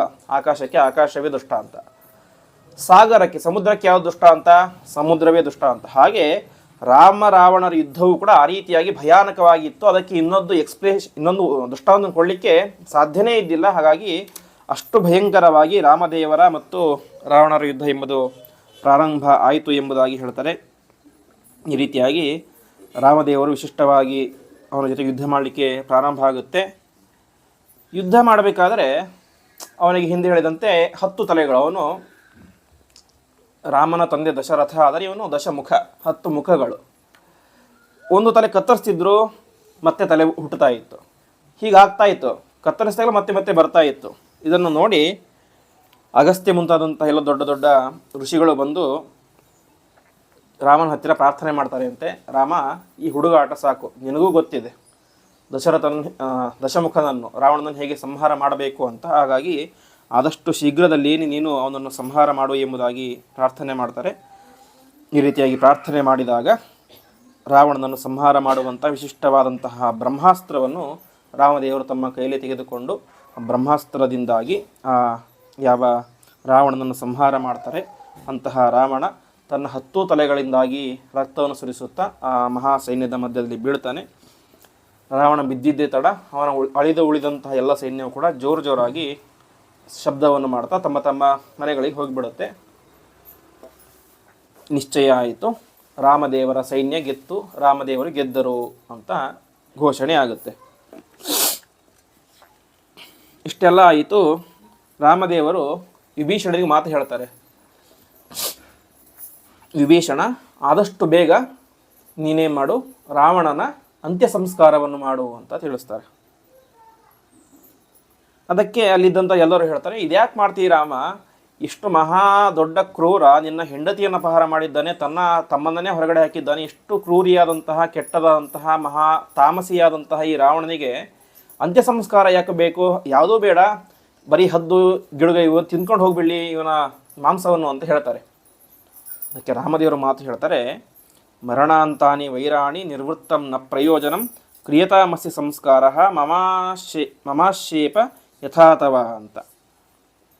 ಅಂದರೆ ದ್ವೇಷ, ಅಸೂಯೆ ಇದೆಲ್ಲ ಎಲ್ಲಿ ತನಕ ಇರುತ್ತೆ ಅಂತ ಹೇಳಿದರೆ, ಮರಣ ಅಂತಾನೆ ವೈರಾಣಿ, ಒಬ್ಬ ವ್ಯಕ್ತಿ ಸಾಯೋ ತನಕ, ಸತ್ತ ಮೇಲೂ ಅವನ ಮೇಲೆ ದ್ವೇಷ ಮಾಡಿದರೆ ಅದು ನಿಜವಾಗಿ ಮನುಷ್ಯ ಅಂತ ಕರೆಸ್ಕೊಳ್ಳೋದಿಲ್ಲ ಆ ವ್ಯಕ್ತಿ. ಹಾಗಾಗಿ ಇವನು ನನಗೆ ತಪ್ಪು ಮಾಡಿದ್ದ, ಹಾಗಾಗಿ ದ್ವೇಷ ಇತ್ತು, ಇವತ್ತು ಸತ್ತು ಹೋಗಿದ್ದಾನೆ, ದ್ವೇಷ ಯಾರ ಮೇಲೆ ಮಾಡಬೇಕು, ಅವನೇ ಇಲ್ಲ ಇವತ್ತು. ಹಾಗಾಗಿ ಅವನ ದೇಹಕ್ಕೆ ಆಗಬೇಕಾದಂತಹ ಸಂಸ್ಕಾರ ಎಲ್ಲವೂ ಕೂಡ ಆಗಬೇಕು. ತತ್ಸಕಾಶ ದಶಗ್ರೀವ ಸಂಸ್ಕಾರ ವಿಧಿಪೂರ್ವಕಂ ಪ್ರಾಪ್ತುಮರ್ಹತಿ ಧರ್ಮಜ್ಞ ತ್ವಂ ಯಶೋಭಾಗ್ ಭವಿಷ್ಯತಿ ಅಂತ ವಿಭೀಷಣನಿಗೆ ಹೇಳ್ತಾನೆ. ಎಷ್ಟಿದ್ದರೂ ನಿನ್ನ ಅಣ್ಣ ಇವನು, ಹಾಗಾಗಿ ನೀನು ಸಂಸ್ಕಾರವನ್ನು ಮಾಡಲೇಬೇಕು, ಮಾಡೋದ್ರಿಂದಾಗಿ ನಿನಗೂ ಕೀರ್ತಿ ಬರುತ್ತೆ, ಅವನ ಉದ್ಧಾರವಾಗುತ್ತೆ ಎಂಬುದಾಗಿ ತಿಳಿಸ್ತಾರೆ. ಈ ರೀತಿಯಾಗಿ ಕೇವಲ ತನ್ನ ಮಿತ್ರರೊಟ್ಟಿಗೆ ಮಾತ್ರ ರಾಮದೇವರು ಸೌಜನ್ಯದಿಂದಾಗಿ ವರ್ತನೆ ಮಾಡ್ತಾ ಇದ್ದಿಲ್ಲ, ತನ್ನ ಶತ್ರುಗಳೊಟ್ಟಿಗೂ ಕೂಡ, ಅದರಲ್ಲೂ ರಾವಣನಂತಹ ವ್ಯಕ್ತಿಯೊಟ್ಟಿಗೂ ಕೂಡ ಸಂಹಾರದ ನಂತರ ಅವನಿಗೆ ಆಗಬೇಕಾದಂಥ ಸಂಸ್ಕಾರಗಳೆಲ್ಲವನ್ನು ಕೂಡ ಮಾಡಿಸ್ತಾನೆ. ಕೊನೆಗೆ ಹನುಮಂತ ದೇವರಿಗೆ ಹೇಳ್ತಾನೆ, ಆದಷ್ಟು ಬೇಗ ಹೋಗಿ ಸೀತಾದೇವಿಗೆ ತಿಳಿಸು ನಾನು ಬಂದಿದ್ದೇನೆ ಅಂತ. ಯಾಕೆಂದರೆ ಅವರಿಗೊಬ್ಬರಿಗೆ ಗೊತ್ತಿತ್ತು ಅಶೋಕವನ ಎಲ್ಲಿ ಇತ್ತು ಅಂತ, ಉಳಿದವರೆಲ್ಲ ಗೊತ್ತಿದ್ದದ್ದು ಯುದ್ಧಭೂಮಿ ಮಾತ್ರ. ಹೋಗಿ ತಿಳಿಸ್ತಾನೆ, ರಾಮದೇವರು ಬಂದಿದ್ದಾರೆ, ಎಲ್ಲರ ಸಂಹಾರವೂ ಆಗಿದೆ, ರಾವಣನೂ ಸತ್ತು ಹೋಗಿಬಿಟ್ಟಿದ್ದಾನೆ, ಹಾಗಾಗಿ ನೀನು ವಾಪಸ್ ಬಂದು ಅವನೊಟ್ಟಿಗೆ ಸೇರಿಕೋ ಎಂಬುದಾಗಿ ತಿಳಿಸ್ತಾರೆ. ಸರಿ ಅಂತ ಸೀತಾದೇವಿ ಒಳ್ಳೆ ಚೆನ್ನಾಗಿ ಎಲ್ಲ ಆಭರಣಗಳನ್ನೆಲ್ಲ ಹಾಕಿಕೊಂಡು ರೆಡಿಯಾಗಿ ಬಂದು ಮುಂದೆ ನಿಲ್ತಾಳೆ. ನಿಂತಾಗ ರಾಮದೇವರು ಸ್ವಲ್ಪ ಕಠೋರವಾಗಿ ಮಾತಾಡಲಿಕ್ಕೆ ಶುರು ಮಾಡ್ತಾರೆ ಅಂತೆ. ಸೀತೆ, ನಾನು ಇಷ್ಟೆಲ್ಲ ಕಪಿಗಳನ್ನು ಕಟ್ಟಿಕೊಂಡು ಇಷ್ಟು ದೊಡ್ಡ ಸೇತುವೆನ ನಿರ್ಮಾಣ ಮಾಡಿ ಇಷ್ಟೆಲ್ಲ ದೊಡ್ಡ ದೊಡ್ಡ ರಾಕ್ಷಸನ ಸಂಹಾರ ಮಾಡಿದ್ದೇನೆ. ಯಾಕೆ ಮಾಡಿದ್ದೇನೆ ಅಂತ ಹೇಳಿದರೆ, ಇದು ಕೇವಲ ನಿನ್ನನ್ನು ರಕ್ಷಣೆ ಮಾಡಲಿಕ್ಕೆ, ಅದಕ್ಕಿಂತ ಪ್ರಧಾನವಾಗಿ ನಮ್ಮ ಕುಲದ ಮರ್ಯಾದೆಯನ್ನು ಉಳಿಸಲಿಕ್ಕೆ. ಇಕ್ಷ್ವಾಕು ವಂಶದ ಒಬ್ಬ ಹೆಣ್ಣನ್ನು, ರಾಣಿಯನ್ನು ಒಬ್ಬ ರಾಕ್ಷಸ ಅಪಹಾರ ಮಾಡಿಕೊಂಡು ಹೋದ ಅಂತ ನನ್ನ ವಂಶದ ಮೇಲೆ ಕೆಟ್ಟ ಕೀರ್ತಿ ಬರಬಾರ್ದು, ಅದಕ್ಕೋಸ್ಕರ ನಾನೇನು ಮಾಡಿದೆ, ಇದೆಲ್ಲವನ್ನು ಕೂಡ ಮಾಡಿದ್ದೇನೆ. ಹಾಗಾಗಿ ಮಾಡಿದ್ದು ಪ್ರಧಾನ ಉದ್ದೇಶ ನಿನಗೋಸ್ಕರ ಅಂತ ಅಲ್ವೇ ಅಲ್ಲ, ಮಾಡಿದ್ದು ನನ್ನ ವಂಶವನ್ನು ರಕ್ಷಣೆ ಮಾಡಲಿಕ್ಕೆ, ನನ್ನ ವಂಶದ ಒಂದು ಕೀರ್ತಿಯನ್ನು ಕಾಪಾಡಲಿಕ್ಕೆ ಮತ್ತು ನಿನ್ನೆ ಚಾರಿತ್ರ್ಯ ಕಾಪಾಡಲಿಕ್ಕೆ, ನಿನ್ನ ವ್ಯಕ್ತಿತ್ವ ಕಾಪಾಡಲಿಕ್ಕೆ, ನಿನ್ನನ್ನು ಕಾಪಾಡಲಿಕ್ಕಲ್ಲ. ವ್ಯಕ್ತಿತ್ವ ಬೇರೆ, ವ್ಯಕ್ತಿ ಬೇರೆ. ಸೀತೆ ಅಪವಿತ್ರ ಆದಳು ಅಂತ ನಿನ್ನ ಮೇಲೆ ಅಪಕೀರ್ತಿ ಬರಬಾರ್ದು, ಯಾಕೆ ನೀನು ಇಕ್ಷ್ವಾಕು ವಂಶದ ಹೆಣ್ಣು. ಅಲ್ಲಿ ಹೇಳ್ತಾನೆ, ನನ್ನ ಹೆಂಡತಿ ಅಂತಲ್ಲ, ಇಕ್ಷ್ವಾಕು ವಂಶದಲ್ಲಿ ಬಂದಂತಹ ಹೆಣ್ಣು. ಆ ರೀತಿಯಾಗಿ ನನ್ನ ವಂಶದ ಗೌರವವನ್ನು ಕಾಪಾಡಲಿಕ್ಕೆ ಮತ್ತು ನಿನ್ನ ಗೌರವವನ್ನು ಕಾಪಾಡಲಿಕ್ಕೆ ನಾನು ಏನು ಮಾಡಿದ್ದೇನೆ, ಯುದ್ಧ ಮಾಡಿ ಗೆದ್ದಿದ್ದೇನೆ ಹೊರತು ನಿನಗೋಸ್ಕರ ಅಲ್ಲ. ಅದಕ್ಕೆ ಮುಂದೆ ಹೇಳ್ತಾನೆ, ಹಾಗಾಗಿ ನೀನೇನು ನನಗೆ ಬೇಕಾಗಿಲ್ಲ, ನೀನು ಎಲ್ಲಿ ಬೇಕೋ ಅಲ್ಲಿಗೆ ಹೋಗು ಎಂಬುದಾಗಿ ಹೇಳ್ಬಿಡ್ತಾನೆ. ನಿನಗೆ ಇಷ್ಟ ಇದ್ದ ಜಾಗಕ್ಕೆ ಹೋಗು, 10 ದಿಕ್ಕುಗಳಿವೆ, 10 ದಿಕ್ಕುಗಳಲ್ಲಿ ಎಲ್ಲಿ ಬೇಕಾದರೂ ಹೋಗು, ನಿನಗೆ ಯಾವ ಹೆದರಿಕೆನೂ ಇಲ್ಲ. ಯಾಕೆಂದರೆ ಜಗತ್ತಿನಲ್ಲಿ ಈಗ ಪರಾಕ್ರಮಶಾಲಿ ಅಂತ ಹೇಳಿ ರಾವಣ, ಅವನನ್ನೇ ಸಂಹಾರ ಮಾಡಿ ಹಾಕಿಬಿಟ್ಟಿದ್ದೇನೆ, ಹಾಗಾಗಿ ನಿನಗೆ ಯಾರಿಂದಲೂ ಹೆದರಿಕೆ ಇಲ್ಲ, ಎಲ್ಲಿ ಬೇಕಾದರೂ ಕೂಡ ಹೋಗು ಎಂಬುದಾಗಿ ಹೇಳ್ತಾರೆ. ಹೀಗೆ ಹೇಳಿದಾಗ ಸೀತೆ ಒಂದು ಮಾತು ಹೇಳ್ತಾಳೆ, ನನ್ನ ಮೇಲೆ ಈ ರೀತಿಯಾದಂತಹ ಕೆಟ್ಟ ಭಾವನೆ ಅಥವಾ ಡೌಟ್ ಯಾಕೆ ಬಂದಿದೆ ಅಂತ ಹೇಳಿದ್ರೆ, ನಾನು ಇಷ್ಟು ದಿನಗಳ ಕಾಲ ರಾವಣನ ಆಶ್ರಯದಲ್ಲಿ ಇದ್ದೆ, ಹಾಗಾಗಿ ಏನೋ ಒಂದು ತಪ್ಪಾಗಿರಬಹುದು ಅಂತ ನಿನ್ನ ಮನಸ್ಸಲ್ಲಿ ಡೌಟ್ ಬಂದಿರಬಹುದು. ಸೀತೆ ಹೇಳ್ತಾಳೆ, ಆದರೆ ರಾವಣ ನನ್ನನ್ನು ಅಪಹಾರ ಮಾಡಿದ್ದಾನೆ. ಆದರೆ ನಾನು ಅವನಲ್ಲಿ ಯಾವತ್ತೂ ಮನಸ್ಸಿಟ್ಟಿಲ್ಲ, ಅವನು ನನ್ನ ಸ್ಪರ್ಶವನ್ನು ಕೂಡ ಮಾಡಿಲ್ಲ. ಹಾಗಾಗಿ ನನ್ನಿಂದ ಯಾವುದೇ ರೀತಿ ತಪ್ಪು ನಡೆದಿಲ್ಲ. ಇದಕ್ಕೆ ಸಾಕ್ಷಿ ಅಂತ ಹೇಳಿ ಹನುಮಂತನೇ ಸಾಕ್ಷಿ. ಹಾಗಾಗಿ ದಯವಿಟ್ಟು ನನ್ನನ್ನು ಸ್ವೀಕಾರ ಮಾಡು ಎಂಬುದಾಗಿ ಹೇಳ್ತಾರೆ. ಎಷ್ಟು ಹೇಳಿದರೂ ಕೂಡ ರಾಮದೇವರು ಸ್ವೀಕಾರ ಮಾಡಲಿಕ್ಕೆ ಸಾಧ್ಯವೇ ಇಲ್ಲ. ನಾನು ಬಂದಿದ್ದು ನಿನಗೋಸ್ಕರ ಅಲ್ಲವೇ ಅಲ್ಲ, ನಿನ್ನ ವ್ಯಕ್ತಿತ್ವದ ಶುದ್ಧಿಗೋಸ್ಕರ ಮತ್ತು ನನ್ನ ವಂಶದ ಕೀರ್ತಿಗೋಸ್ಕರ. ಆವಾಗ ಸೀತೆ ನಿಶ್ಚಯ ಮಾಡ್ತಾಳೆ. ಲಕ್ಷ್ಮಣ ಚಿತಾಮೇ ಕುರು ಸೌಮಿತ್ರೇ ವ್ಯಸನಸ್ಯಾಸ್ಯ ಭೇಷಜಂ ಮಿಥ್ಯಾವಾದೋಪಹತತ ನಾಹಂ ಜೀವಿತ ಮುತ್ಸಹೇ ಅಂತ, ನಾನು ಬದುಕಲಿಕ್ಕೆ ಸಾಧ್ಯನೇ ಇಲ್ಲ.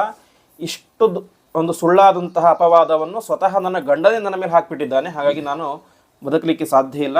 ಆದಷ್ಟು ಬೇಗ ಒಂದು ಚಿತೆಯನ್ನು ಏರ್ಪಾಡು ಮಾಡು, ಅದರಲ್ಲಿ ನಾನು ನನ್ನ ದೇಹವನ್ನು ತ್ಯಾಗ ಮಾಡ್ತೇನೆ ಎಂಬುದಾಗಿ ತಿಳಿಸ್ತಾರೆ. ಇಷ್ಟಾದ ತಕ್ಷಣ ಲಕ್ಷ್ಮಣನ ಸಿಟ್ಟು ಬಂದುಬಿಡುತ್ತೆ ರಾಮದೇವರ ಮೇಲೆ. ಇಷ್ಟು ದಿವಸ ಬೇರೆ ಮೇಲೆ ಸಿಟ್ಟು ಬರ್ತಿತ್ತು, ಈಗ ರಾಮನ ಮೇಲೆ ಸಿಟ್ಟು ಬಂತು. ರಾಮದೇವರ ಮುಖವನ್ನು ನೋಡ್ತಾರೆ. ರಾಮದೇವರು ಯಾವ ವಿಕಾರವಿಲ್ಲದೆ ಶಾಂತವಾಗಿ ಇರ್ತಾರೆ. ಒಂದು ಕ್ಷಣ ಅವನ ಅಭಿಪ್ರಾಯ ಅರ್ಥ ಆಗುತ್ತೆ ಲಕ್ಷ್ಮಣನಿಗೆ. ಸರಿ ಅಂತ ಯಜ್ಞ ವೇದಿಕೆ ನಿರ್ಮಾಣ ಮಾಡ್ತಾರೆ. ಅದು ಅಗ್ನಿ ಪ್ರತಿಷ್ಠಾಪನೆ ಎಲ್ಲ ಆಗುತ್ತೆ. ಇಷ್ಟೆಲ್ಲ ಹೇಳಿ ಸೀತೆ ಹೇಳ್ತಾಳೆ, ಕರ್ಮಣ ಮನಸಾ ವಾಚ ಯಥಾ ನಾತಿಚರಾಮ್ಯಹಂ ರಾಘವಂ ಸರ್ವಧರ್ಮದ್ಯಂ ತಥಾ ಮಾಂ ಪಾತುರ ಪಾವಕಃ ಅಂತ, ನನ್ನ ದೇಹದಿಂದಾಗಲಿ ಮನಸ್ಸಿನಿಂದಾಗಲಿ ಮಾತಿನಿಂದಾಗಲಿ ಯಾವತ್ತೂ ಕೂಡ ನಾನು ರಾಮನನ್ನು ಬಿಟ್ಟು ಬೇರೊಬ್ಬ ವ್ಯಕ್ತಿಯ ಬಗ್ಗೆ ಕನಿಷ್ಠ ಆಲೋಚನೆ ಮಾಡಿದ್ದರೂ ಕೂಡ, ಕೆಟ್ಟ ಆಲೋಚನೆ ಮಾಡಿದ್ದರೂ ಕೂಡ ಈ ಅಗ್ನಿ ನನ್ನನ್ನು ಸುಡಲಿ, ಇಲ್ಲದೆ ಹೋದರೆ ನಾನು ಹಾಗೆಯೇ ಮೇಲೆ ಬರಲಿ. ನಾನು ನಿಜವಾದಂಥ ಪತಿವರ್ತೆಯಾಗಿದ್ದರೆ ಈ ಅಗ್ನಿ ನನ್ನನ್ನು ಸುಡುವುದು ಬೇಡ ಅಂತ ಪ್ರತಿಜ್ಞೆ ಮಾಡಿ ಅದರಲ್ಲಿ ಹಾರ್ತಾಳೆ. ಹಾರಿದ್ದೇ ತಡ ಅಲ್ಲಿದ್ದಂತಹ ಅನೇಕ ಕಪಿಗಳು, ರಾಕ್ಷಸ ಸ್ತ್ರೀಯರು ಕೂಡ ಜೋರಾಗಿ ಅಳ್ಳಿಕ್ಕೆ ಶುರು ಮಾಡಿಬಿಡ್ತಾರೆ ಅಂತೆ. ಕಪಿಗಳಿಗೆ ಏನು ಉದ್ದೇಶ ಅಂತ ಹೇಳಿದ್ರೆ, ನಾವು ಇಲ್ಲಿ ತನಕ ಬಂದಿದ್ದ್ಯಾಕೆ? ಯುದ್ಧ ಮಾಡಲಿಕ್ಕೆ ಅಂತ. ಯುದ್ಧದ ಉದ್ದೇಶ ಏನು? ರಾಮ ಸೀತೆ ಒಂದಾಗಬೇಕು ಅಂತ. ಇಲ್ಲಿ ನೋಡಿದ್ರೆ ಯುದ್ಧ ಮಾಡಿದ್ವಿ, ರಾಮ ನೋಡಿದ್ರೆ ಸೀತೆ ಬೆಂಕಿ ಹಾಕ್ಬಿಟ್ನಲ್ಲ ಅಂತ ಜೋರಾಗಿ ಅಳ್ಳಿಕ್ಕೆ ಶುರು ಮಾಡ್ತಾರೆ ಅಂತೆ. ಇಷ್ಟೆಲ್ಲ ಆಯಿತು. ಇಷ್ಟೆಲ್ಲ ಆದ ನಂತರ ಸಾಕ್ಷಾತ್ ಅಗ್ನಿದೇವರೇನೆ ಆ ಸೀತೆಯನ್ನು ಮೇಲಕ್ಕೆ ಎತ್ತುಕೊಂಡು ಬಂದು ಮುಂದೆ ನಿಲ್ಲಿಸಿ ಹೇಳ್ತಾರೆ, ರಾಮ, ಇವಳ ಬಗ್ಗೆ ಯಾವುದೇ ರೀತಿಯಾದಂತಹ ಒಂದು ಡೌಟನ್ನು ಪಡಬೇಡ, ಸಂದೇಹ ಪಡಬೇಡ, ಇವಳು ಅತ್ಯಂತ ಪರಿಶುದ್ಧಳಾದಂತಹ ಒಬ್ಬ ಹೆಣ್ಣು ಎಂಬುದಾಗಿ ಹೇಳ್ತಾರೆ. ಇಷ್ಟೆಲ್ಲ ಹೇಳಿದಾಗ ರಾಮದೇವರು ಹೌದಾ ಸರಿ ಎಂಬುದಾಗಿ ಸಾಮಾನ್ಯ ಮನುಷ್ಯರಂತೆ ಹೇಳ್ತಾರೆ ಅಂತ. ಇಲ್ಲಿ ಬರುವಂತಹ ಸಂದೇಹ, ರಾಮದೇವರು ಈ ರೀತಿಯಾಗಿ ಮಾಡಿದರು ಅಂತ, ಸ್ವತಃ ತಮ್ಮ ಹೆಂಡತಿಯ ಬಗ್ಗೆ ಅವರಿಗೆ ನಂಬಿಕೆ ಇರಲಿಲ್ವಾ ಅಂತ. ಅದಕ್ಕೆ ಮುಂದೆ ಹೇಳ್ತಾರೆ, ರಾಮದೇವರೇ ಮಾತು ಹೇಳ್ತಾರೆ, ಅವಶ್ಯಂ ತ್ರಿಷು ಲೋಕೇಶು ನ ಸೀತಾ ಪಾಪಮರ್ಹತಿ ಅಂತ. ಇಡೀ 3 ಲೋಕಗಳಲ್ಲಿ ಸೀತೆಯಂತಹ ಪತಿವ್ರತಿಯಾದಂಥ ಇನ್ನೊಬ್ಬ ಹೆಂಡತಿ ಇಲ್ಲ. ಬಾಲಿಶಕ್ಕಲು ಕಾಮಾತ್ಮ ರಾಮೋ ದಶರಥಾತ್ಮಜಃ ಅಂತ. ಆದರೆ ರಾವಣನ ಅಂತಃಪುರದಲ್ಲಿ 1 ವರ್ಷಗಳ ಕಾಲ ವಾಸ ಮಾಡಿದಂತಹ ಸೀತೆಯನ್ನು ಬಾಲಿಶಕ್ಕಲು ಕಾಮಾತ್ಮ ರಾಮೋ ದಶರಥಾತ್ಮಜಃ, ರಾಮ ಹಿಂದೆ ಮುಂದೆ ನೋಡಿದಂತೆ ಕಾಮದಿಂದಾಗಿ ತನ್ನ ಹೆಂಡತಿ ಅಂತ ಸ್ವೀಕಾರ ಮಾಡಿಬಿಟ್ಟ. 1 ವರ್ಷ ಏನಾಗಿತ್ತೋ ಗೊತ್ತಿಲ್ಲ. ಇತಿ ವಕ್ಷಂತಿ ಮಾಂಸಂತಹ ಜಾನಕೀಂ ಅವಿಶೋಧ್ಯಹಿ. ಹಾಗಾಗಿ ಸೀತೆಯನ್ನು ನಾನು ಪರೀಕ್ಷೆ ಮಾಡದೆ ಹಾಗೇ ಸ್ವೀಕಾರ ಮಾಡಿಬಿಟ್ರೆ ಜನ ನನ್ನ ಮೇಲೆ ಅಪವಾದ ಹೊರಿಸ್ತಾರೆ. ಜನ ಅಪವಾದ ಹೊರಿಸಿದ್ರೆ ನಾನು ಒಬ್ಬ ಸಾಮಾನ್ಯ ಪ್ರಜೆಯಾಗಿದ್ದರೆ ನಡೀತಾ ಇತ್ತು. ನಾನು ಒಂದು ದೇಶದ ರಾಜ, ನನ್ನ ಮೇಲೆ ಪ್ರಜೆಗಳಿಗೆ ಸಂದೇಹ ಬಂದುಬಿಡ್ತಂತೆ, ರಾಜ್ಯ ಸುವ್ಯವಸ್ಥಿತವಾಗಿ ನಡೆಯಲಿಕ್ಕೆ ಸಾಧ್ಯ ಇಲ್ಲ. ಹಾಗೆ ನಾನು ಈ ರೀತಿಯಾದಂಥ ಒಂದು ನನ್ನ ಮನಸ್ಸಿಗೆ ತುಂಬ ಕಷ್ಟ ಆದರೂ ಕೂಡ ಸೀತೆಯ ಬಗ್ಗೆ ಕೆಟ್ಟ ಮಾತನ್ನು ಆಡಿದೆ. ಉದ್ದೇಶ ಇಷ್ಟೇ, ಸೀತೆಯ ಪಾತಿವ್ರತ್ಯ ಏನು, ಅವಳ ಪವಿತ್ರತೆ ಏನು ಅಂತ ಜಗತ್ತಿಗೆ ಗೊತ್ತಾಗಬೇಕು ಎಂಬಂಥ ಉದ್ದೇಶದಿಂದಾಗಿ ಈ ರೀತಿಯಾಗಿ ಮಾಡಿದೆ ಎಂಬುದಾಗಿ ತಿಳಿಸ್ತಾರೆ. ಮುಂದೆ ಹೇಳ್ತಾನೆ, ಅನನ್ಯಾಹಿ ಮಯಾ ಸೀತಾ ಭಾಸ್ಕರೇಣ ಪ್ರಭಾಯಿತ ಅಂತ. ಸೂರ್ಯನ ಬೆಳಕು ಎಷ್ಟು ಪರಿಶುದ್ಧವಾಗಿರುತ್ತೋ ಅಷ್ಟು ಪರಿಶುದ್ಧಳು ನನ್ನ ಸೀತೆ ಎಂಬುದಾಗಿ ತಿಳಿಸ್ತಾರೆ. ಈ ರೀತಿಯಾಗಿ ಸೀತಾರಾಮರ ಒಂದು ಮಿಲನ ಎಂಬುದು ಆಗುತ್ತೆ. ಹೀಗೆ ಸೀತಾರಾಮರೆಲ್ಲರ ಸರಿ, ಇಷ್ಟೆಲ್ಲ ಮುಂದೆ ನಾವೇನು ಮಾಡೋಣ, ಅಯೋಧ್ಯ ಪಟ್ಟಣಕ್ಕೆ ಹೋಗೋಣ ಅಂತ. ಅಯೋಧ್ಯ ಪಟ್ಟಣಕ್ಕೆ ಹೋಗಬೇಕು ಅಂತ ತೀರ್ಮಾನ ಮಾಡ್ತಾನೆ. ಈ ಒಂದು ಸಂದರ್ಭದಲ್ಲಿ ವಿಭೀಷಣ ಬಂದು ಕೇಳ್ತಾನೆ. ವಿಭೀಷಣ ರಾಮದೇವರಿಗೆ ಹೇಳ್ತಾನೆ, ನೀವು ಇಷ್ಟೆಲ್ಲ ದೊಡ್ಡ ಉಪಕಾರವನ್ನು ಮಾಡಿದ್ದೀರಿ, ನಾನು ನಿಮ್ಗೆ ಏನು ಕೊಳ್ಳಿ ಪ್ರತಿಯಾಗಿ ಅಂತ. ಅದಕ್ಕೆ ಹೇಳ್ತಾನೆ, ನೀನು ನನಗೆ ಏನೂ ಕೊಡಬೇಕಾಗಿಲ್ಲ, ಏನಾದರೂ ಕೂಡ ಕೊಡಬೇಕು ಅಂತ ಹೇಳಿದ್ರೆ ನನ್ನ ಸೇವೆಯನ್ನು ಮಾಡಿದಂತಹ ಈ ಎಲ್ಲ ಕಪಿವೀರರಿಗೂ ಕೂಡ ಅವ್ರಿಗೆ ಏನೇನು ಬೇಕೋ ಎಲ್ಲವನ್ನು ಕೂಡ ಕೊಡು ಎಂಬುದಾಗಿ ಹೇಳ್ತಾರೆ. ಹಾಗೆ ಆ ಎಲ್ಲ ಕಪಿಗಳಿಗೂ ಕೂಡ ಮುತ್ತು, ರತ್ನ, ಬೆಳ್ಳಿ, ಬಂಗಾರ ಎಲ್ಲ ವಿಧವಾದಂಥ ಆಭರಣಗಳು ಎಲ್ಲವನ್ನು ಕೂಡ ಕೊಟ್ಟು ಸೇವೆಯನ್ನು ಮಾಡ್ತಾನೆ. ಕೊನೆಗೆ ದೊಡ್ಡದಾದಂತಹ ಪುಷ್ಪಕ ವಿಮಾನವನ್ನೇ ರಾಮದೇವರಿಗೆ ಅಂತ ಸಮರ್ಪಣೆ ಮಾಡ್ತಾರೆ ಅಂತೆ. ಸರಿ, ರಾಮಚಂದ್ರ ದೇವರು ಆ ಒಂದು ಪುಷ್ಪಕ ವಿಮಾನವನ್ನು ಏರ್ತಾರೆ. ಸೀತಾದೇವಿ, ವಿಭೀಷಣ ಎಲ್ಲರೂ ಕೂಡ ಏರ್ತಾರೆ. ಕೊನೆಗೆ ಸುಗ್ರೀವ ಎಲ್ಲರೂ ಕೂಡ ಏರ್ಬಿಡ್ತಾರೆ ಅಂತ. ಕಪಿಗಳೆಲ್ಲ ದೊಡ್ಡ ಹಠ ಮಾಡಿ ಶುರು ಮಾಡ್ತಾರೆ. ವಾಸ್ತವಿಕ ಸುಗ್ರೀವ ಹತ್ತಿದ್ದ ಪ್ರಧಾನ ಅಂತ. ಕಪಿಗಳು ಹೇಳ್ತಾರೆ, ಇಲ್ಲ ನಾವು ರಾಮದೇವರ ಪಟ್ಟಾಭಿಷೇಕ ನೋಡಿಕೊಂಡೇ ಕಿಷ್ಕಿಂಧೆಗೆ ಹೋಗಿ ಅಲ್ಲಿ ತನಕ ವಾಪಸ್ ಹೋಗೋದಿಲ್ಲ ಅಂತ ಹೇಳ್ತಾರೆ. ಸರಿ, ನೀವು ಬನ್ನಿ ಅಂತ ವಿಮಾನದಲ್ಲಿ ಅವರನ್ನು ಏರಿಸ್ಕೊಳ್ತಾರೆ. ಹೀಗೆ ಕೋಟ್ಯಾಂತರ ಕಪಿವೀರರು, ರಾಮದೇವರು, ಸೀತೆ, ಲಕ್ಷ್ಮಣ, ಹನುಮಂತ, ಅಂಗದ, ಸುಗ್ರೀವ, ನೀಲ ಮುಂತಾದಂತಹ ಎಲ್ಲರೂ ಕೂಡ ಆ ಒಂದು ಪುಷ್ಪಕ ವಿಮಾನವನ್ನು ಹತ್ತಿಕೊಂಡು ಆ ಒಂದು ಲಂಕಾಪಟ್ಟಣದಿಂದಾಗಿ ದೂರದ ಅಯೋಧ್ಯೆಗೆ ಪ್ರಯಾಣ ಮಾಡಲಿಕ್ಕೆ ಶುರು ಮಾಡ್ತಾರೆ. ಪ್ರಯಾಣ ಮಾಡಬೇಕಾದ್ರೆ ಮುಂದುಗಡೆ ಕೂತಿರ್ತಾರೆ ರಾಮ ಮತ್ತು ಸೀತೆ. ರಾಮದೇವರು ಎಲ್ಲವನ್ನು ತೋರಿಸ್ತಾ ಹೋಗ್ತಾರೆ ಅಂತೆ. ನೋಡು, ಇದೇ ನಾವು ಯುದ್ಧ ಮಾಡಿದಂತಹ ಸ್ಥಳ, ಇದೇ ರಾವಣ ಬಿದ್ದಂತಹ ಸ್ಥಳ, ಇದೇ ಕುಂಭಕರ್ಣ ಬಿದ್ದಂತಹ ಸ್ಥಳ ಅಂತ ತೋರಿಸ್ತಾ ಹೋಗ್ತಾರೆ. ಮಧ್ಯದಲ್ಲಿ ತಾವು ಕಟ್ಟಿದಂತಹ ಸೇತುವೆಯನ್ನು ತೋರಿಸ್ತಾರೆ. ನೋಡು, ನಿನ್ನ ಮೇಲಿನ ಒಂದು ಭಕ್ತಿಯಿಂದಾಗಿ ಇಷ್ಟೆಲ್ಲ ಕಪಿಗಳು ಇಷ್ಟು ದೊಡ್ಡ ಒಂದು ಸೇತುವೆಯನ್ನು ಕಟ್ಟಿದ್ದಾರೆ ಎಂಬುದಾಗಿ ತೋರಿಸ್ತಾರೆ. ಹೀಗೆ ಪ್ರತಿಯೊಂದು ಸ್ಥಳವನ್ನು ಕೂಡ ತೋರಿಸ್ತಾ ಬರ್ತಾರೆ. ಕೊನೆಗೆ ಸಂಪಾತಿ ಸಿಕ್ಕಂತಹ ಸ್ಥಳ, ಹೀಗೆ ಪ್ರತಿಯೊಂದು ಸ್ಥಳವನ್ನು ಕೂಡ ಆ ಒಂದು ವಿಮಾನದಲ್ಲಿ ಕುಳಿತುಕೊಂಡು ತೋರಿಸ್ತಾ ಬರ್ತಾರೆ. ಹೀಗೆ ತೋರಿಸ್ತಾ ಮುಂದೆ ಹತ್ರ ಬರುತ್ತೆ. ಯಾವುದು? ಅಯೋಧ್ಯೆ ಹತ್ರ ಬರುತ್ತೆ. ಆಗ ಇವರು ಹೇಳ್ತಾರೆ, ಯಾರು? ರಾಮದೇವರು, ನೀನು ಹನುಮಂತನಿಗೆ ಹೇಳ್ತಾರೆ, ನೀನು ಬೇಗ ಆದಷ್ಟು ಬೇಗ ಹಾರಿ ಹೋಗಿ ಭರತನಿಗೆ ವಿಷಯವನ್ನು ಹೇಳು, ರಾಮದೇವರು ಬರ್ತಾ ಇದ್ದಾರೆ ಅಂತ. ಸರಿ ಅಂತ ಹೋಗ್ತಾನೆ. ಪಾಪ ಭರತ ಕೃಷ್ಣಾಜಿನದ ಮೇಲೆ ಮಲಗಿಕೊಂಡಿರ್ತಾನೆ. ನಾರು ಮಡಿ, ಮೈಯೆಲ್ಲ ಹೊಲಸು, ದೊಡ್ಡ ದೊಡ್ಡ ಗಡ್ಡ, ಮೀಸೆ, ಕೂದಲು ಬಿಟ್ಟಿರ್ತಾನೆ. ಇಷ್ಟೆಲ್ಲ ಹೋಗಿ ಹೇಳ್ತಾನೆ, ರಾಮದೇವರು ಇನ್ನೂ ಒಂದು ಮುಹೂರ್ತದ ಒಳಗಡೆ 48 ನಿಮಿಷದ ಒಳಗಡೆ ಆಗಿ ಬರ್ತಾರೆ, ಹಾಗೆ ಎಲ್ಲ ಸಿದ್ಧತೆಯನ್ನು ಮಾಡ್ಕೋ ಎಂಬುದಾಗಿ ತಿಳಿಸ್ತಾನೆ. ಸರಿ ಅಂತ ಅವನಿಗೂ ತುಂಬ ಸಂತೋಷ ಆಗುತ್ತೆ.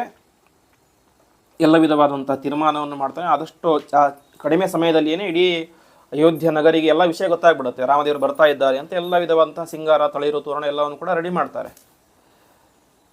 ಎಷ್ಟೊತ್ತಾದರೂ ಕೂಡ ಬರೋದೇ ಇಲ್ಲ. ಆವಾಗ ಭರತ ಕೇಳಿದಾರೆ ಹನುಮಂತನಿಗೆ, ಕ್ವಚಿನ್ನ ಖಲು ಕಾಪೇಯಿ ಸೇವ್ಯತ ಚಲಚಿತ್ತತ ಅಂತ. ಅಂದರೆ ಕಪಿಗಳಿಗೆ ಸ್ವಲ್ಪ ಬುದ್ಧಿ ಕಡಿಮೆ, ಚಪಲ ಬುದ್ಧಿ, ಸುಮ್ಮನೆ ಏನಾದರೂ ಸುಳ್ಳು ಹೇಳೋದು, ಮೋಸ ಮಾಡೋದು ಈ ರೀತಿ ಜಾಸ್ತಿ. ಅದಕ್ಕೆ ಅವನು ಹೇಳ್ತಾನೆ, ಹನುಮಂತ, ನಾನು ಕಪಿಗಳಿಗೆ ಸ್ವಲ್ಪ ಬುದ್ಧಿ ಕಡಿಮೆ ಅಂತ ಕೇಳಿದ್ದೇನೆ, ನೀನು ನನಗೇನಾದರೂ ಮೋಸ ಮಾಡ್ತಾ ಇದ್ದೀಯಾ, ಸುಮ್ಮನೆ ರಾಮ ಬರ್ತಾನೆ ಅಂತ ಹೇಳ್ತಾ ಇದ್ದೀಯ ಎಂಬುದಾಗಿ ಹೇಳ್ತಾರೆ. ಇಲ್ಲ ಇಲ್ಲ, ಖಂಡಿತ ರಾಮ ಬರ್ತಾ ಇದ್ದಾನೆ, ಸ್ವಲ್ಪವೇ ಕ್ಷಣದಲ್ಲಿ ಬರ್ತಾನೆ ಎಂಬುದಾಗಿ ಹೇಳ್ತಾರೆ. ಸ್ವಲ್ಪ ಸಮಯ ಆಗುತ್ತೆ. ತಕ್ಷಣದಲ್ಲಿಯೇ ಆ ರಾಮದೇವರು, ಸೀತಾದೇವಿ ಇದ್ದಂತಹ ದಿವ್ಯವಾದಂತಹ ಪುಷ್ಪಕ ವಿಮಾನ ಅಯೋಧ್ಯೆಯ ನಗರಿ ಮೇಲೆ ಪ್ರವೇಶ ಆಗುತ್ತೆ. ರಾಮದೇವರು ನೋಡಿದ ತಕ್ಷಣ ಎಲ್ಲ ಅಯೋಧ್ಯೆ ಪ್ರಜೆಗಳು ಕೂಡ ಜೋರಾಗಿ ಆನಂದ ಬಾಷ್ಪವನ್ನು ಸುರಿಸ್ತಾ ರಾಮ ರಾಮ ಅಂತ ಜೋರಾಗಿ ಕೂಗಲಿಕ್ಕೆ ಶುರು ಮಾಡ್ತಾರೆ. ಹೀಗೆ ರಾಮದೇವರು ಮತ್ತು ಯಾವ ಸೀತಾದೇವಿ ಎಲ್ಲ ಕಪಿವೀರರು ಕೂಡ ಆ ಒಂದು ಪುಷ್ಪಕ ವಿಮಾನ ಒಂದು ಕಡೆ ಇಳಿಸಿ ಅಲ್ಲಿಂದಾಗಿ ನೇರವಾಗಿ ಅಯೋಧ್ಯೆ ಪಟ್ಟಣಕ್ಕೆ ಪ್ರವೇಶ ಮಾಡ್ತಾರೆ. ಯಾವತ್ತು ರಾಮದೇವರು ಪ್ರವೇಶ ಮಾಡಿದರೋ ಅವತ್ತೇ ಭರತ ಕೂಡ ಪ್ರವೇಶ ಮಾಡಿದ್ದು. ಅಲ್ಲಿಯ ತನಕ ಅಲ್ಲಿ ಪ್ರವೇಶನೇ ಮಾಡಿರಲಿಲ್ಲ. ಎಲ್ಲ ವ್ಯವಹಾರ ಎಲ್ಲವೂ ಕೂಡ ನಂದಿಗ್ರಾಮದಲ್ಲಿಯೇನೆ, ಅಯೋಧ್ಯೆ ಪಟ್ಟಣದ ಹೊರಗಡೆಯೇನೆ. ಹೀಗೆ ಪ್ರಯಾಣವನ್ನು ಮಾಡ್ತಾರೆ. ಕೊನೆಗೆ ಭರತ ಬಂದು ಹೇಳ್ತಾನೆ, ರಾಮದೇವರೇ, ಇನ್ನು ತಡ ಮಾಡೋದು ಬೇಡ, ನಾಳೆ ಪಟ್ಟಾಭಿಷೇಕ ಮಾಡೋಣ ಎಂಬುದಾಗಿ ತಿಳಿಸ್ತಾರೆ. ಈ ರೀತಿಯಾಗಿ ಹೇಳಿದಾಗ ಅನೇಕ ಯಾವ ವಸಿಷ್ಠ, ವಾಮದೇವ ಮುಂತಾದಂತಹ ಅನೇಕ ಋಷಿಮುನಿಗಳು, ವಿಶ್ವಾಮಿತ್ರರು, ಅನೇಕ ರಾಜರುಗಳು, ಎಲ್ಲ ಪ್ರಜೆಗಳು ಎಲ್ಲರೂ ಕೂಡ ಇಡೀ ಸಾಕೇತ ರಾಜ್ಯಕ್ಕೆ ರಾಜಧಾನಿ ಅಯೋಧ್ಯೆ, ಅದನ್ನು ಬಿಟ್ಟು ಅನೇಕ ನಗರಗಳು, ಸಣ್ಣ ಸಣ್ಣ ಹಳ್ಳಿಗಳು ಎಲ್ಲವೂ ಕೂಡ ಇದ್ದು ಆ ಎಲ್ಲ ಋಷಿಗಳು, ಅನೇಕ ಜನ ಪ್ರಜೆಗಳು ಎಲ್ಲರೂ ಕೂಡ ಬರ್ತಾರೆ. ವಸಿಷ್ಠರು, ವಾಮದೇವರು, ಜಾಬಾಲಿ, ಕಶ್ಯಪ ಅಂತ ಅನೇಕ ಜನ ಋಷಿಗಳು ಬರ್ತಾರೆ. ಎಲ್ಲ ವಿಧವಾದಂತಹ ನದಿಗಳಿಂದಾಗಿ ಪವಿತ್ರವಾದಂತಹ ಜಲ, ಗಂಗಾ, ಸಿಂಧು, ಸರಸ್ವತಿ, ನರ್ಮದಿ, ಗೋದಾವರಿ ಎಂಬಂತಹ ಎಲ್ಲ ಪವಿತ್ರವಾದಂಥ ನದಿಗಳಿಂದಾಗಿ ಬಂಗಾರದ ಕಲಶದಲ್ಲಿ ವಿಶಿಷ್ಟವಾದಂಥ ನೀರನ್ನು ತುಂಬಿಕೊಂಡು ರಾಮದೇವರಿಗೆ ಪಟ್ಟಾಭಿಷೇಕ ಮಾಡಬೇಕು ಅಂತ ತೀರ್ಮಾನ ಮಾಡ್ತಾರೆ. ಈ ರೀತಿಯಾಗಿ ವೈಭವದಿಂದಾಗಿ ರಾಮದೇವರ ದಿವ್ಯವಾದಂತಹ ಪಟ್ಟಾಭಿಷೇಕ ಮಹೋತ್ಸವ ಅತ್ಯಂತ ವೈಭವದಿಂದಾಗಿ ನಡೆಯುತ್ತೆ. ಆ ಸಂದರ್ಭದಲ್ಲಿ ಸಕಲ ದೇವತೆಗಳು ಕೂಡ ಆಕಾಶದಿಂದಾಗಿ ಪುಷ್ಪವೃಷ್ಟಿಯನ್ನು ಮಾಡ್ತಾರೆ ಎಂಬುದಾಗಿ ತಿಳಿಸ್ತಾರೆ. ಹೀಗೆ ಸಿಂಹಾಸನದ ಮೇಲೆ ರಾಮದೇವರು ಮತ್ತು ಸೀತಾದೇವಿ ಕುಳಿತುಕೊಂಡಿದ್ದಾರೆ. ಆವಾಗ ಒಂದು ಆಭರಣ ಇರುತ್ತೆ ಸೀತಾದೇವಿ ಹತ್ರ, ಭಾರಿ ಒಳ್ಳೆ ಬೆಲೆ ಬಾಳುವಂತಹ ವಜ್ರದ ಆಭರಣ. ಅವಳು ತನ್ನ ಕೈಯಲ್ಲಿ ಹಿಡಿದುಕೊಂಡು ರಾಮದೇವರ ಮುಖವನ್ನು ನೋಡ್ತಾಳೆ. ಅವಳೆ ಮಾತಾಡೋದಿಲ್ಲ, ರಾಮದೇವರಿಗೆ ಅರ್ಥ ಆಗುತ್ತೆ. ಇದನ್ನು ಯಾರು ಕೊಡಲಿ ಅಂತ ಕೇಳ್ತಾಳೆ ಸೀತಾದೇವಿ. ಅದಕ್ಕೆ ರಾಮ ಹೇಳ್ತಾನೆ, ಪ್ರದೇಹಿ ಸುಬಗೆ ಹಾರಂ ಯಸ್ಯ ತುಷ್ಟಾಸಿ ಭಾಮಿನಿ ಅಂತ. ಇಷ್ಟು ಜನ ಕಪಿಗಳಿದ್ದಾರೆ, ಇವರಲ್ಲಿ ನಿನಗೆ ಯಾರು ಅತ್ಯಂತ ಪ್ರೀತಿ ಪಾತ್ರನೋ, ಯಾರು ಪ್ರಧಾನ ಸೇವಕ ಅಂತ ಅನಿಸುತ್ತೋ ಅವನಿಗೆ ಇದನ್ನು ಕೊಡು ಎಂಬುದಾಗಿ ಹೇಳ್ತಾರೆ.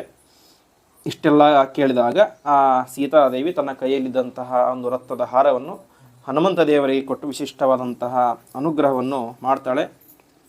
ಕೊನೆಗೆ ಕೊಟ್ಟಿದ್ದು ಸೀತಾದೇವಿ. ರಾಮದೇವರು ಏನಾದರೂ ಕೊಡಬೇಕಲ್ಲ, ಅವರು ನೋಡ್ತಾರೆ, ಬೇಕಾದಷ್ಟು ದೊಡ್ಡ ದೊಡ್ಡ ಆಭರಣಗಳಿರ್ತವೆ, ಬೆಲೆ ಕಟ್ಟಲಿಕ್ಕೆ ಆಗದೇ ಇರುವಂಥ ಆಭರಣಗಳಿರ್ತವೆ. ಆದರೆ ಅವರು ಚಿಂತೆ ಮಾಡ್ತಾರೆ, ಇದ್ಯಾವುದೂ ಕೂಡ ಹನುಮಂತ ದೇವರ ಸೇವೆಗೆ ಸರಿಸಮಾನವಾದಂತಹ ವಸ್ತುಗಳೇ ಅಲ್ಲ, ಪದಾರ್ಥಗಳೇ ಅಲ್ಲ. ಅವ್ರಿಗೆ ಏನಾದರೂ ಕೊಡಬೇಕು ಅಂತಿದ್ದರೆ ನನ್ನನ್ನು ನಾನೇ ಸಮರ್ಪಣೆ ಕೊಡಬೇಕು ಅವರಿಗೆ ಎಂಬುದಾಗಿ, ಸ್ವಾತ್ಮಪ್ರಧಾನ ಮಧಿಕಂ ಎಂಬುದಾಗಿ ಗಟ್ಟಿಯಾಗಿ ಅವರನ್ನು ಪ್ರೀತಿಯಿಂದಾಗಿ ಆಲಿಂಗನ ಮಾಡ್ತಾರೆ.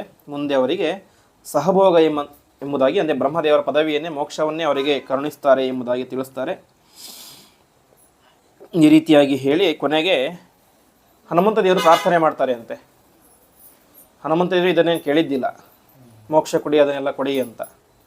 ಅವರು ಹೇಳ್ತಾರೆ, ಪ್ರವರ್ಧತಾಂ ಭಕ್ತಿರಲಂ ಕ್ಷಣೇ ಕ್ಷಣೇ ತ್ವಯೀಶಮೇ ಹ್ರಾಸ ವಿವರ್ಚಿತ ಸದಾ ಅನುಗ್ರಹಸ್ಥೆ ಮೈ ಚೈವಮೇವ ನಿರೂಪದೌತೌ ಮಮ ಸರ್ವಕಾಮಃ ಅಂತ.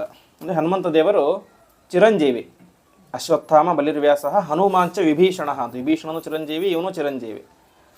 ಹನುಮಂತ ದೇವರು ಹೇಳ್ತಾರೆ, ನನಗೆ ಸಾವಿರಾರು ವರ್ಷ ಆಯಸ್ಸು ಬೇಕಾಗಿಲ್ಲ, ಆ ಸಾವಿರಾರು ವರ್ಷದ ಆಯಸ್ಸದಲ್ಲಿ ಪ್ರತಿನಿತ್ಯವೂ ಕೂಡ ನಿನ್ನ ಮೇಲಿನ ಭಕ್ತಿ ಇರುವುದು ಮಾತ್ರ ಅಲ್ಲ, ಪ್ರವರ್ಧತಾಂ, ಪ್ರತಿನಿತ್ಯ ಭಕ್ತಿ ಜಾಸ್ತಿ ಆಗ್ತಾ ಹೋಗಬೇಕು. ಹಾಗಾಗಿ ನಿನ್ನಲ್ಲಿ ವಿಶಿಷ್ಟವಾದಂತಹ ಭಕ್ತಿಯನ್ನು ಕೊಟ್ಟು ನನಗೆ ಅನುಗ್ರಹವನ್ನು ಮಾಡು ಎಂಬುದಾಗಿ ಹೇಳ್ತಾರೆ.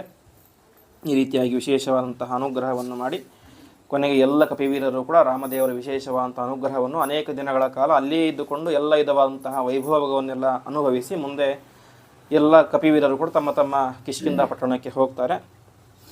ಹೀಗೆ ರಾಮದೇವರು ಕೂಡ ವಿಶೇಷವಾಗಿ ಅನೇಕ ಸಾವಿರಾರು ವರ್ಷಗಳ ಕಾಲ ವೈಭವದಿಂದಾಗಿ ರಾಜ್ಯಭಾರವನ್ನು ಮಾಡಿ ಕೊನೆಗೆ ತಾವು ತಮ್ಮ ಮೂಲ ರೂಪಕ್ಕೆ ಹೋಗಿ ಸೇರಬೇಕು. ಮೂಲ ರೂಪಕ್ಕೆ ಹೋಗಿ ಸೇರಬೇಕಾದ್ರೆ ಎಲ್ಲ ಕಡೆ ಡಂಗೂರ ಹೊಡೆಸ್ತಾನೆ ಅಂತೆ. ಯಾರ್ಯಾರು ಮೋಕ್ಷವನ್ನು ಬಯಸಬೇಕು ಅಂತ ಬರ್ತೀರೋ ಅವರೆಲ್ಲರೂ ಕೂಡ ನನ್ನ ಜೊತೆ ಬನ್ನಿ ಎಂಬುದಾಗಿ ಪ್ರಾರ್ಥನೆ ತಾವು ಎಲ್ಲ ಡಂಗೂರ ಹೊಡೆಸ್ತಾರೆ. ಅವರ ಮಾತನ್ನು ಕೇಳಿ ಅನೇಕ ಜನ ಬರ್ತಾರೆ.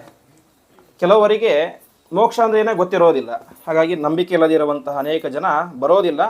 ನಂಬಿಕೆ ಇರುವಂತಹ ಕ್ರಿಮಿಕೀಟಗಳು ಕೂಡ ರಾಮದೇವರ ಜೊತೆಗೆ ಮೋಕ್ಷಕ್ಕೆ ಬರ್ತಾವೆ ಎಂಬುದಾಗಿ ಹೇಳ್ತಾರೆ. ಹೀಗೆ ಅನೇಕ ವರ್ಷಗಳ ಕಾಲ ರಾಜ್ಯಭಾರವನ್ನು ಮಾಡಿ ಕೊನೆಗೆ ರಾಮದೇವರು ತಮ್ಮ ಮೂಲ ರೂಪಕ್ಕೆ ಹೋಗಿ ಸೇರ್ತಾರೆ ಎಂಬುದಾಗಿ ತಿಳಿಸ್ತಾರೆ.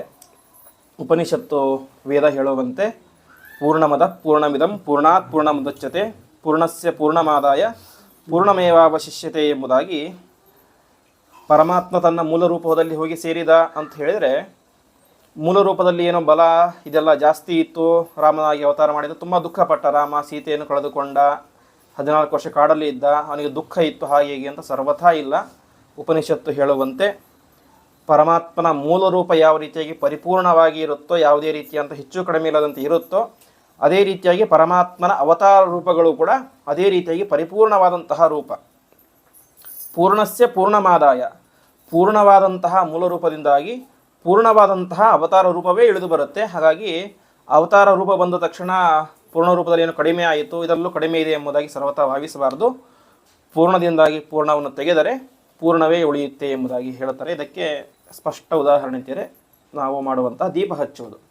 ಒಂದು ದೀಪ ಹಚ್ಚಿರ್ತೇವೆ, ದೀಪದಿಂದಾಗಿ ಇನ್ನೊಂದು ದೀಪ ಹಚ್ತೇವೆ. ದೀಪದಲ್ಲಿ ಬೆಳಕು ಕಡಿಮೆ ಆಯಿತಾ, ಹಾಗೇ ಇದೆ. ಅದರಿಂದ ಇನ್ನೊಂದು ದೀಪ ಹಚ್ತೇವೆ. ಅದರಿಂದಾಗಿ ಲಕ್ಷ ದೀಪಗಳನ್ನು ಹಚ್ಚಿದರೂ ಕೂಡ ಏನಾಗೋದಿಲ್ಲ, ಮೂಲ ದೀಪದಲ್ಲಿ ಬೆಳಕು ಕಡಿಮೆ ಆಗೋದಿಲ್ಲ, ಆ ದೀಪದಲ್ಲೂ ಬೆಳಕು ಕಡಿಮೆ ಆಗೋದಿಲ್ಲ. ಹಾಗೆ ಪರಮಾತ್ಮ ಅದು ಈ ಅವತಾರ ಮಾತ್ರ ಅಲ್ಲ, ಅನಂತ ಜೀವರಾಶಿಗಳಲ್ಲಿ ಬಿಂಬರೂಪಿಯಾಗಿ ಪರಮಾತ್ಮ ಇರ್ತಾನೆ. ಮೂಲ ರೂಪದಲ್ಲಿ ಇರುವಂತಹ ಪರಮಾತ್ಮ ಯಾವ ರೀತಿಯಾಗಿ ಸರ್ವಗುಣ ಪರಿಪೂರ್ಣನಾಗಿ ಇರ್ತಾನೋ ಅದೇ ರೀತಿಯಾಗಿ ನಮ್ಮ ಒಳಗಡೆ ಇರುವಂತಹ ಬಿಂಬರೂಪವು ಕೂಡ ಅದೇನಾಗುತ್ತೆ, ಪರಿಪೂರ್ಣವಾಗಿಯೇ ಇರುತ್ತೆ ಎಂಬುದಾಗಿ ತಿಳಿಸ್ತಾರೆ. ಈ ರೀತಿಯಾಗಿ ಆ ರಾಮದೇವರ ವಿಶಿಷ್ಟವಾದಂತಹ ಅವತಾರ ರೂಪ ಅದೇನಾಗುತ್ತೆ, ಜನರಿಂದ ಕಣ್ಮರೆಯಾಗಿ ಮುಂದೆ ಅದು ಮೂಲ ರೂಪವನ್ನು ಸೇರುತ್ತೆ ಎಂಬುದಾಗಿ ಇಲ್ಲಿಗೆ ರಾಮಾಯಣ ಎಂಬುದು ಮುಗಿಯುತ್ತೆ. ಇವತ್ತು ವಿಶೇಷವಾಗಿ ಹನುಮ ಜಯಂತಿ. ಆ ಹನುಮಂತ ದೇವರ ಅವತಾರ ಹೇಗೆ ಆಯಿತು, ಅದೇ ರೀತಿಯಾಗಿ ಹನುಮಂತನ ಕೆಲವೊಂದಿಷ್ಟು ಗುಣಗಳ ಬಗ್ಗೆ ಇನ್ನೊಂದು 15-20 ನಿಮಿಷಗಳ ಕಾಲ ಚಿಂತನೆ ಮಾಡೋಣ.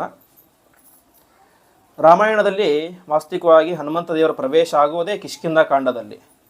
ಅದು ಕಿಷ್ಕಿಂಧ ಕಾಂಡದ ಕೊನೆಯ ಭಾಗದಲ್ಲಿ. ನಂತರ ಸುಂದರಕಾಂಡ, ಯುದ್ಧದಲ್ಲಿ ಸ್ವಲ್ಪ ಹನುಮಂತ ದೇವರ ಕಥೆ ಬರುವುದು ತುಂಬ ಸ್ವಲ್ಪ. ಹನುಮಂತ ದೇವರ ಜನನ ಆಗಿದ್ದು ಎಲ್ಲಿ ಅಂತ ಹೇಳಿದರೆ, ಅದು ಋಷ್ಯಮುಖ ಪರ್ವತ. ಆ ಋಷ್ಯಮುಖ ಪರ್ವತದಲ್ಲಿ ಹನುಮಂತ ದೇವರು ಹುಟ್ಟಿದಂತಹ ದಿವ್ಯ ದಿನ ಇವತ್ತು. ಅವರ ತಂದೆ ತಾಯಿ ಯಾರು ಅಂತ ಹೇಳಿದ್ರೆ, ತಂದೆ ಕೇಸರಿ ಎನ್ನುವಂಥ ಒಬ್ಬ ಕಪಿಶ್ರೇಷ್ಠ, ಅಂದರೆ ಒಳ್ಳೆಯ ಪರಾಕ್ರಮಶಾಲಿಯಾದಂಥ ಕಪಿ. ತಾಯಿ ಅಂಜನಾದೇವಿ ಎಂಬುದಾಗಿ ಅವರೆಲ್ಲರೂ ಕೂಡ ಆ ಒಂದು ಋಷ್ಯಮುಖ ಪರ್ವತದಲ್ಲಿ ವಾಸವಾಗಿರ್ತಾರೆ. ವಾಸವಾಗಿರಬೇಕಾದ್ರೆ ಅಲ್ಲಿ ಒಬ್ಬ ಋಷಿಗಳು ತಪಸ್ ಮಾಡ್ತಾ ಇರ್ತಾರೆ ಅಂತೆ, ಭರದ್ವಾಜ ಎಂಬಂತಹ ಋಷಿಗಳು.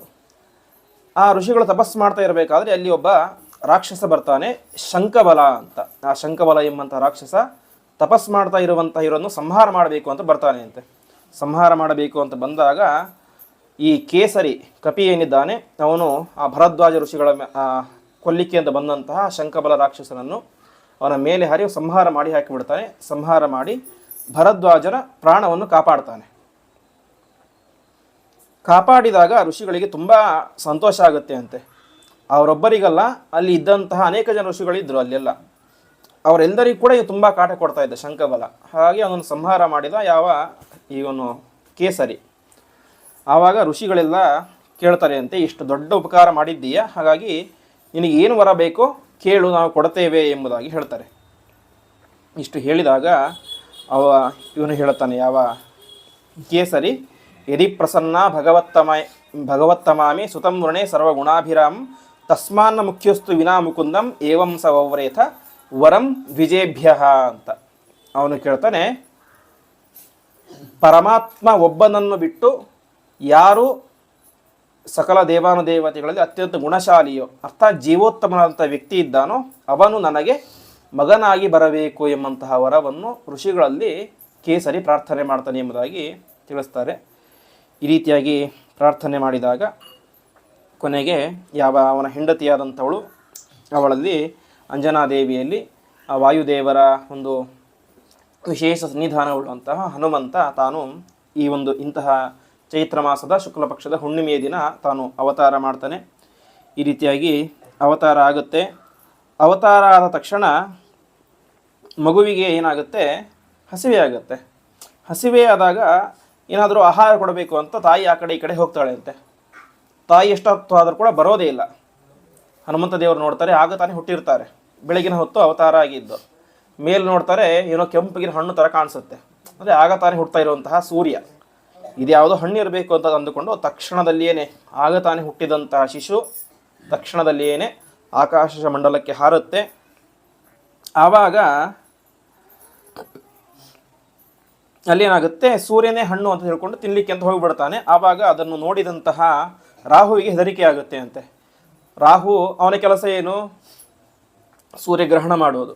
ಇವನೇ ನುಂಗು ಹಾಕ್ಬಿಟ್ಟು ನನಗೆ ಮುಂದೆ ಕೆಲಸನೇ ಇರೋದಿಲ್ಲ ಅಂತ ಅವನನ್ನು ಕೊಲ್ಲಿಕ್ಕೆ ಅಂತ, ಅಂದರೆ ಅವನಿಗೆ ಹನುಮಂತ ಅಂತ ಗೊತ್ತಿರೋದಿಲ್ಲ, ವಾಯುದೇವ ಅಂತ ಗೊತ್ತಿರೋದಿಲ್ಲ, ಅವನನ್ನು ನಾಶ ಮಾಡಲಿಕ್ಕೆ ಅಂತ ಪ್ರಯತ್ನ ಮಾಡ್ತಾನೆ. ಆದರೆ ರಾಹುವಿಗೆ ಹನುಮಂತ ದೇವರನ್ನು ಮುಟ್ಲಿಕ್ಕೆ ಕೂಡ ಸಾಧ್ಯ ಆಗೋದಿಲ್ಲ ಅಂತ. ಆವಾಗ ನೇರವಾಗಿ ಇಂದ್ರನ ಹತ್ತಿರ ಹೋಗ್ತಾನೆ. ಇಂದ್ರನ ಬಳಿ ಹೋಗಿ ಹೇಳ್ತಾನೆ, ಯಾವುದೋ ಸಣ್ಣ ಶಿಶು ಸೂರ್ಯನನ್ನೇ ತಿನ್ನಬೇಕು ಅಂತ ಬರ್ತಾ ಇದೆ, ಸೂರ್ಯನನ್ನೇ ತಿಂದುಬಿಟ್ರೆ ಇಡೀ ಜಗತ್ತೇ ಇನ್ನು ಮುಂದೆ ಕತ್ತಲೆಯಲ್ಲಿ ಮುಳುಗಿ ಹೋಗಿಬಿಡುತ್ತೆ, ಹಾಗಾಗಿ ನೀನಾದರೂ ವ್ಯವಸ್ಥೆ ಮಾಡು ಎಂಬುದಾಗಿ ಹೇಳ್ತಾನೆ. ಈ ರೀತಿಯಾಗಿ ಪ್ರಾರ್ಥನೆ ಮಾಡಿದಾಗ ಇಂದ್ರದೇವರು ಕೂಡ ತಮ್ಮ ವಜ್ರಾಯುಧದಿಂದಾಗಿ ಒಂದು ಕ್ಷಣ ಆ ಶಿಶುವಿನ ಗಲ್ಲಕ್ಕೆ ಹೊಡಿತಾರೆ ಅಂತೆ. ಗಲ್ಲಕ್ಕೆ ಹೊಡೆದಿದ್ದ ತಡ ಆ ಶಿಶು ಅಲ್ಲಿ ಕೆಳಗಡೆ ಬಿದ್ದು ಹೋಗಿಬಿಡುತ್ತೆ. ಬಿದ್ದು ಅದರ ಊದ್ಕೊಳ್ಳುತ್ತೆ. ಆವಾಗ ಮುಖ್ಯ ಪ್ರಾಣದೇವರಿಗೆ ಸಿಟ್ಟು ಬರುತ್ತೆ ಅಂತೆ. ಎಷ್ಟಿದ್ದರೂ ಕೂಡ ಇವನು ನನ್ನ ಮಗ, ಅಂದರೆ ವಾಯುದೇವರೇನೆ ಮಗನಾಗಿ ಹುಟ್ಟಿದ್ದು ವಾಯುದೇವರೇನೆ. ಹಾಗಾಗಿ ಅವರಿಗೆ ಸಿಟ್ಟು ಬಂದಾಗ ಏನಾಗುತ್ತೆ, ತಕ್ಷಣದಲ್ಲಿಯೇ ಇಡೀ ಲೋಕದಲ್ಲಿ ಎಲ್ಲ ರೀತಿಯಂತಹ ವ್ಯವಹಾರ, ಚೇಷ್ಟೆ, ವ್ಯಾಪಾರಗಳೆಲ್ಲ ಕೂಡ ನಿಂತು ಹೋಗಿಬಿಡುತ್ತೆ ಅಂತೆ. ಯಾಕೆಂದರೆ ವಾಯುದೇವರು ಸರಿಯಾಗಿ ನಮ್ಮ ದೇಹದಲ್ಲಿ ಇದ್ದುಕೊಂಡು ಉಸಿರಾಟಾದಿಗಳನ್ನು ಮಾಡ್ತಾ ಇದ್ದರೆ ಜಗತ್ತು ಆರಾಮವಾಗಿ ಇರುತ್ತೆ. ಯಾವಾಗ ವಾಯುದೇವರೇ ಈ ರೀತಿಯಾಗಿ ಆಗಿಬಿಡುತ್ತೋ ಆವಾಗ ಜಗತ್ತಿನಲ್ಲಿ ಎಲ್ಲವೂ ಕೂಡ ನಿಂತು ಹೋಗಿಬಿಡುತ್ತೆ. ಶ್ವಾಸೋಚ್ಛ್ವಾಸವೇ ನಿಂತು ಹೋಗಿಬಿಡುತ್ತೆ ಅಂತೆ, ಉಸಿರಾಟವೇ ನಿಂತು ಹೋಗಿಬಿಡುತ್ತೆ. ಆವಾಗ ಎಲ್ಲ ದೇವಾನುದೇವತೆಗಳು ಕೂಡ ಚತುರ್ಮುಖ ಬ್ರಹ್ಮದೇವರ ಹತ್ತಿರ ಹೋಗಿ ಪ್ರಾರ್ಥನೆ ಮಾಡಿದಾಗ ಬ್ರಹ್ಮದೇವರಿಗೆ ಸಿಟ್ಟು ಬರುತ್ತೆ ಅಂತೆ. ನೀವು ತಪ್ಪು ಮಾಡಿದ್ದು ಯಾರಲ್ಲಿ? ಇಡೀ ಜೀವ ಕುಲಕ್ಕೇನೆ ಸ್ವಾಮಿಯಾದಂತಹ ಮುಖ್ಯ ಪ್ರಾಣದೇವರು ತಪ್ಪು ಮಾಡಿದ್ದೀರಾ, ನಿಮಗೇನಾದರೂ ಬುದ್ಧಿ ಇದೆಯಾ ಎಂಬುದಾಗಿ ಬೈತಾರೆ. ಈ ರೀತಿಯಾಗಿ ಬೈದು ತಾವೇ ಮಾಡ್ತಾರೆ. ಚತುರ್ಮುಖ ಬ್ರಹ್ಮದೇವರು ಎಲ್ಲ ದೇವಾನುದೇವತೆಗಳನ್ನು ಕೂಡ ಕರೆದುಕೊಂಡು, ರುದ್ರದೇವರೆಲ್ಲರನ್ನು ಕೂಡ ಕರೆದುಕೊಂಡು ಆ ಕೇಸರಿಯ ಮಗ ಅರ್ಥಾತ್ ಆಂಜನೇಯ ಎಲ್ಲಿದ್ದನೋ ಅಲ್ಲಿಗೆ ಬರ್ತಾರೆ.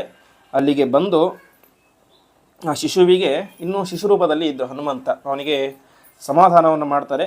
ಸಮಾಧಾನವನ್ನು ಮಾಡಿ ಆ ಕೇಸರಿಗೆ ಹೇಳ್ತಾರೆ, ಕೇಸರಿ ದಯವಿಟ್ಟು ಇದನ್ನು ಕ್ಷಮಿಸಿಬಿಡು, ಏನೋ ಮಹೇಂದ್ರ ಗೊತ್ತಿಲ್ಲದೆ ತಪ್ಪು ಮಾಡಿದ್ದಾನೆ, ಹಾಗಾಗಿ ಇನ್ನು ಆ ಮಗುವಿಗೆ ಮೂಲವಾದಂತಹ ಮುಖ್ಯ ಪ್ರಾಣದೇವರಿಗೆ ಶಾಂತ ಆಗುವಂಥ ಪ್ರಾರ್ಥನೆ ಮಾಡು ಎಂಬುದಾಗಿ ತಿಳಿಸ್ತಾರೆ ಅಂತೆ. ಸರಿ ಅಂತ ಪ್ರಾರ್ಥನೆ ಮಾಡ್ತಾನೆ. ಕೊನೆಗೆ ಅವನಿಗೆ ಹೊಡೆದದ್ಯಾರು? ಇಂದ್ರ. ಹಾಗಾಗಿ ಇಂದ್ರ ಒಂದು ವಿಶಿಷ್ಟವಾದಂತಹ ಪದ್ಮದ ಹಾರ, ಯಾವತ್ತೂ ಬಾಡದೇ ಇರುವಂಥ ಒಂದು ದಿವ್ಯವಾದಂತಹ ಪದ್ಮದ ಹಾರವನ್ನು ಆಂಜನೇಯನ ಕೊರಳಿಗೆ ಹಾಕಿ, ಇನ್ನು ಮುಂದೆ ಈ ಶಿಶು ಲೋಕಪ್ರಸಿದ್ಧನಾಗಲಿ ಎಂಬುದಾಗಿ ಅನುಗ್ರಹವನ್ನು ಮಾಡಿ ಹೋಗ್ತಾನೆ. ಈ ರೀತಿಯಾಗಿ ಮುಖ್ಯ ಪ್ರಾಣದೇವರು ಬೆಳೀತಾ ಹೋಗ್ತಾರೆ. ಇಂತಹ ಮುಖ್ಯ ಪ್ರಾಣದೇವರು ಮುಂದೆ ವಾಸ್ತವಿಕವಾಗಿ ಮೇಲೆ ಅರ್ಥಕ್ಕೆ ನೋಡಿದರೆ ಅವರಿಗೆ ಹನುಮಾನ್ ಅಂತ ಹೆಸರು. ಹನುಮಾನ್ ಅಂತ ಹೇಳಿದರೆ ಗಲ್ಲ ಊದಿರುವುದು ಅಂತ. ಆದರೆ ಶಾಸ್ತ್ರಗಳು ಹೇಳುವಂತೆ ಪ್ರಧಾನವಾಗಿ ಹನ ಶಬ್ದೋ ಜ್ಞಾನವಾಚಿ ಎಂಬುದಾಗಿ, ಹನ ಎನ್ನುವಂಥ ಶಬ್ದ ಜ್ಞಾನ ಅಂತ ಅರ್ಥ ಹನ ಶಬ್ದಕ್ಕೆ. ಯಾಕೆಂದರೆ ಹನ ಹಿಂಸಾ ಗತ್ಯೋಹೋ ಎಂಬುದಾಗಿ ಧಾತು, ಅದಕ್ಕೆ ಮೂಲ ರೂಪ ಹನ ಹಿಂಸಾ ಗತ್ಯೋಹೋ ಅಂತ. ಗತಿ ಶಬ್ದಕ್ಕೆ ಜ್ಞಾನ ಅಂತ ಅರ್ಥ ಇದೆ. ಹಾಗಾಗಿ ಹನ ಅಂತ ಹೇಳಿದರೆ ಜ್ಞಾನ ಅಂತ ಅರ್ಥ. ಹನ ಉಳ್ಳವನು ಹನುಮಾನ್ ಅಂದರೆ ಜ್ಞಾನ ಉಳ್ಳವನು ಅಂತ ಈ ರೀತಿಯಾಗಿ ಮಹಾಜ್ಞಾನಿ ಎಂಬುದಾಗಿ ತಿಳಿಸ್ತಾರೆ. ಇಂತಹ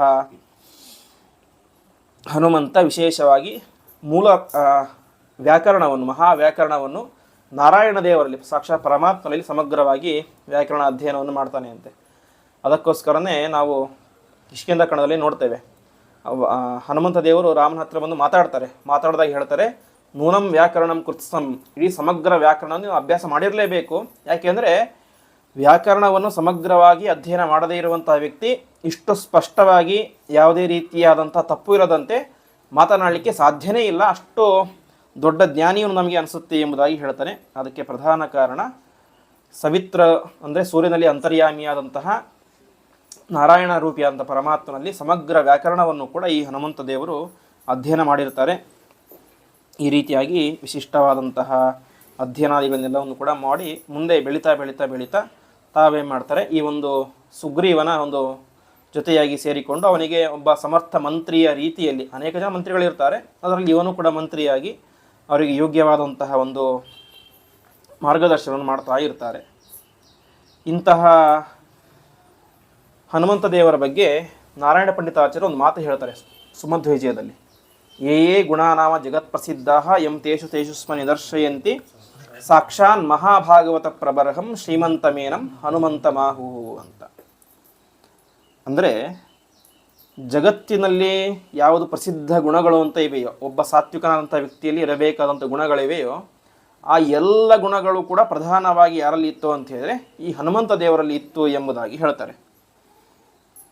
ಅದರಲ್ಲಿ ಅನೇಕ ಗುಣಗಳನ್ನು ಹೇಳ್ತಾರೆ. ವಿಶಿಷ್ಟವಾಗಿ ಮಧ್ವಾಚಾರ್ಯರು ತಾತ್ಪರ್ಯ ನಿರ್ಣಯದಲ್ಲಿ ಜ್ಞಾನೇ ವಿರಾಗೆ ಹರಿಭಕ್ತಿ ಭಾವೇ ಧೃತಿಚ್ಯುತಿ ಪ್ರಾಣ ಬಲೇಶು ಯೋಗೆ ಬುದ್ಧೋಚನಾನ್ಯ ಹನುಮತ್ ಸಮಾನಃ ಪುಮಾನ್ ಕದಾಚಿತ್ ಕ್ವಚ ಕಶ್ಚನೈವ ಅಂತ 9 ಗುಣಗಳನ್ನು ಪ್ರಧಾನವಾಗಿ ತಿಳಿಸ್ತಾರೆ. ಭಕ್ತಿ, ವೈರಾಗ್ಯ, ಹರಿಭಕ್ತಿ, ಧೃತಿ, ಸ್ಥಿತಿ, ಪ್ರಾಣಬಲ, ಯೋಗ ಮತ್ತು ಬುದ್ಧಿ ಎಂಬುದಾಗಿ ಇಷ್ಟು 9 ಗುಣಗಳನ್ನು ಹೇಳ್ತಾರೆ.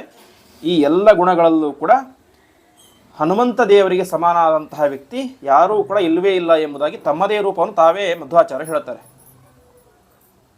ಈ 9 ಗುಣಗಳು ಯಾವ ರೀತಿಯಾಗಿ ಬಂದಿದೆ ಅಂತ ವಿಶೇಷವಾಗಿ ಸುಂದರಕಾಂಡದಲ್ಲಿ ಆ 9 ಗುಣಗಳು ಯಾವ ರೀತಿಯಾಗಿ ಬಂದಿದೆ ಅಂತ ತಿಳಿಸ್ತಾರೆ. ಯಾಕೆಂದರೆ ಹನುಮಂತ ದೇವರ ವರ್ಣನೆ ಸಮಗ್ರವಾಗಿ ಬರೋದು ಸುಂದರಕಾಂಡದಲ್ಲಿಯೇ. ಸುಂದರಕಾಂಡ ಇರುವುದೇನೆ ಹನುಮಂತ ದೇವರ ಒಂದು ಕಾರ್ಯವನ್ನು ಹೇಳಲಿಕ್ಕೆ. ಬೇರೆ ಕಾಂಡದಲ್ಲಿ, ಯುದ್ಧಕಾಂಡದಲ್ಲಿ ಆಗಲಿ ಅಥವಾ ಕಿಷ್ಕಿಂಧ ಕಾಂಡದಲ್ಲಿ ಆಗಲಿ ಸ್ವಲ್ಪ ಹನುಮಂತ ದೇವರ ಚರಿತ್ರೆ ಬರುತ್ತೆ. ಅವರ ಸಮಗ್ರ ವ್ಯಕ್ತಿತ್ವ, ಜ್ಞಾನ, ಬಲದ ಪರಿಚಯ ಆಗೋದು ನಮಗೆ ಸುಂದರಕಾಂಡದಲ್ಲಿ. ಹಾಗಾಗಿ ಮುಂದೆ ಹೇಳ್ತಾರೆ, ಮೊದಲನೆಯದು ಜ್ಞಾನ ಅಂತ. ಹಿಂದೆ ಹೇಳಿದಂತೆ ಹನಶಬ್ದೋ ಜ್ಞಾನವಾಚಿ ಹನುಮಾನ್ ಮತಿಶಬ್ದಿತಃ ಅಂತ ಹನುಮಾನ್ ಅಂತ ಹೇಳಿದ್ರೆ ಮಹಾಜ್ಞಾನಿಯಾದಂತಹ ವ್ಯಕ್ತಿ ಎಂಬುದಾಗಿ ಅರ್ಥ. ಹೆಸರಿನಲ್ಲೇ ಜ್ಞಾನವನ್ನು ತುಂಬಿಕೊಂಡಂತಹ ವ್ಯಕ್ತಿ ಅವನು ಇದಂತ. ಹಾಗಾಗಿ ಅವನ ಜ್ಞಾನ ನಮಗೆ ಯಾವ ರೀತಿಯಾಗಿ ಗೊತ್ತಾಗುತ್ತೆ ಅಂತ ಹೇಳಿದರೆ, ರಾವಣ ಅವನನ್ನು ಬಂಧನ ಮಾಡಿಕೊಂಡು ಮುಂದೆ ಇಟ್ಕೊಂಡ. ಬಂಧನ ಮಾಡಿ ಮುಂದೆ ಇಟ್ಕೊಂಡಾಗ ಅವನು ನೀನು ಯಾರು ಅಂತ ಕೇಳ್ತಾನೆ. ಯಾರು ಅಂತ ಕೇಳಿದಾಗ ನಾನು ರಾಮನ ಸೇವಕ ಅಂತ ಹೇಳ್ತಾನೆ. ಅಷ್ಟು ಹೇಳಿ ವಾಪಸ್ ಬರಲಿಲ್ಲ ಅವನು. ಅವನ ಜ್ಞಾನ ಯಾವ ರೀತಿಯಾಗಿತ್ತು ಅಂತ ಹೇಳಿದರೆ, ರಾವಣನನ್ನು ಯಾವ ರೀತಿಯಾಗಿ ಹೆದರಿಸಬೇಕು ಎಂಬುದಾಗಿ ರಾಮನ ಬಗ್ಗೆ ಎಲ್ಲವನ್ನು ಕೂಡ ಹೇಳಿಕ್ಕೆ ಶುರು ಮಾಡ್ತಾನಿದ್ದೆ. ನಾ ರಾಮ ಬಾಣ ಧಾರಣೆ ಕ್ಷಮಾ ಸುರೇಶ್ವರ ಅಪಿ ವಿರಿಂಚ ಶರ್ವಪೂರ್ವಕ ಕಿಮುತ್ವಂ ಅಲ್ಪಸಾರಕಃ ಎಂಬುದಾಗಿ ರಾಮದೇವರ ಹೃದ್ಗತ, ಅವರ ಅಭಿಪ್ರಾಯ ಏನಿತ್ತು ಅದೆಲ್ಲವನ್ನು ಕೂಡ ರಾಮದೇವರ ಅಭಿಪ್ರಾಯವನ್ನು ಯಾರ ಮುಂದೆ ಹೇಳಿದ? ರಾವಣನ ಮುಂದೆ ಹೇಳಿದ. ಅದೇ ರೀತಿಯಾಗಿ ರಾಮದೇವರ ಪರಾಕ್ರಮ, ಅವರ ವ್ಯಕ್ತಿತ್ವ ಏನೋ, ಸ್ವರೂಪ ಏನು ಅಂತ ಎಲ್ಲವನ್ನು ಕೂಡ ಹೇಳಿದ ಅಂತೆ. ಇಷ್ಟೆಲ್ಲ ಹೇಳಬೇಕಾದ್ರೆ ಅವರಿಗೆ ಇನ್ನೊಬ್ಬರ ಪರಾಕ್ರಮವನ್ನು ನಾವು ಆರಾಮಾಗಿ ಹೇಳಬಹುದು. ಆದರೆ ಇನ್ನೊಬ್ಬರ ಮನಸ್ಸಿನಲ್ಲಿ ಏನು ಅಂದ್ಕೊಂಡಿದ್ದಾರೋ ಅಂತ ಹೇಳೋದು ತುಂಬ ಕಷ್ಟ. ಜಾನನ್ ರಾಮಸ್ಯ ಹೃದ್ಗತಂ ಎಂಬುದಾಗಿ ಹೇಳ್ತಾರೆ. ರಾಮದೇವರ ಆಂತರ್ಯ ಏನಿತ್ತು ಅದನ್ನು ಹೇಳಿದ ಎಂಬುದಾಗಿ ಹೇಳ್ತಾರೆ. ಆ ರೀತಿಯಾದಂತಹ ಆಂತರ್ಯ ಎಂಬುದು ಗೊತ್ತಾಗಬೇಕು ಅಂತ ಹೇಳಿದರೆ ಮಹಾಜ್ಞಾನ ಎಂಬುದು ಇರಬೇಕು. ಹಾಗಾಗಿ ಆ ರೀತಿಯಾದಂತಹ ಜ್ಞಾನ ಇದರಿಂದಾಗಿ ಗೊತ್ತಾಗುತ್ತೆ ಎಂಬುದಾಗಿ ತಿಳಿಸ್ತಾರೆ. ಇನ್ನೊಂದು ಏನು? ಜ್ಞಾನೇ ವಿರಾಗೆ, ವೈರಾಗ್ಯ ಅಂತ. ಹನುಮಂತ ಆಜನ್ಮ ಬ್ರಹ್ಮಚಾರಿ. ಅದೇ ರೀತಿಯಾಗಿ ಸುಂದರಕಾಂಡದಲ್ಲಿ ನಾವು ನಿನ್ನೆ ಕೇಳಿದಂತೆ ಹನುಮಂತ ದೇವರು ಪ್ರವೇಶ ಮಾಡಿದಾಗ ಮಧ್ಯರಾತ್ರಿಯಾಗಿತ್ತು. ಅನೇಕ ಜನ ಹೆಂಗಸರು ಮಲಗಿದ್ರು, ಮೈ ಮೇಲೆ ಸರಿಯಾಗಿ ಬಟ್ಟೆ ಇಲ್ಲ. ಇಷ್ಟೆಲ್ಲ ನೋಡಿದರೂ ಕೂಡ ಹನುಮಂತ ದೇವರು ಹೇಳ್ತಾರೆ, ಕಾಮಂ ದೃಷ್ಟಾಮಯ ಸರ್ವ ವಿಶ್ವಸ್ತ ರಾವಣ ಸ್ತ್ರೀಯ ನತುಮೇ ಮನಸ ಕಿಂಚಿತ್ ವೈಕೃತ್ಯ ಮುಪಪದ್ಯತೆ ಅಂತ. ಇಷ್ಟು ಜನ ಹೆಂಗಸರನ್ನ ನೋಡ್ತಾ ಇದ್ದರೂ ಕೂಡ ನನ್ನ ಮನಸ್ಸಲ್ಲಿ ಏನಾಗ್ತಾ ಇಲ್ಲ, ಕಿಂಚಿತ್ತೂ ಕೂಡ ವಿಕಾರ ಆಗ್ತಾ ಇಲ್ಲ. ಹಾಗಾಗಿ ನಾನು ಸಮರ್ಥನಾಗಿ ಇದ್ದೇನೆ, ನನಗೆ ಏನೋ ರೀತಿಯ ದೋಷ ಇಲ್ಲ, ಅಪರಾಧ ಇಲ್ಲ ಎಂಬುದಾಗಿ ತಾನೇ ಮಾಡ್ತಾನೆ.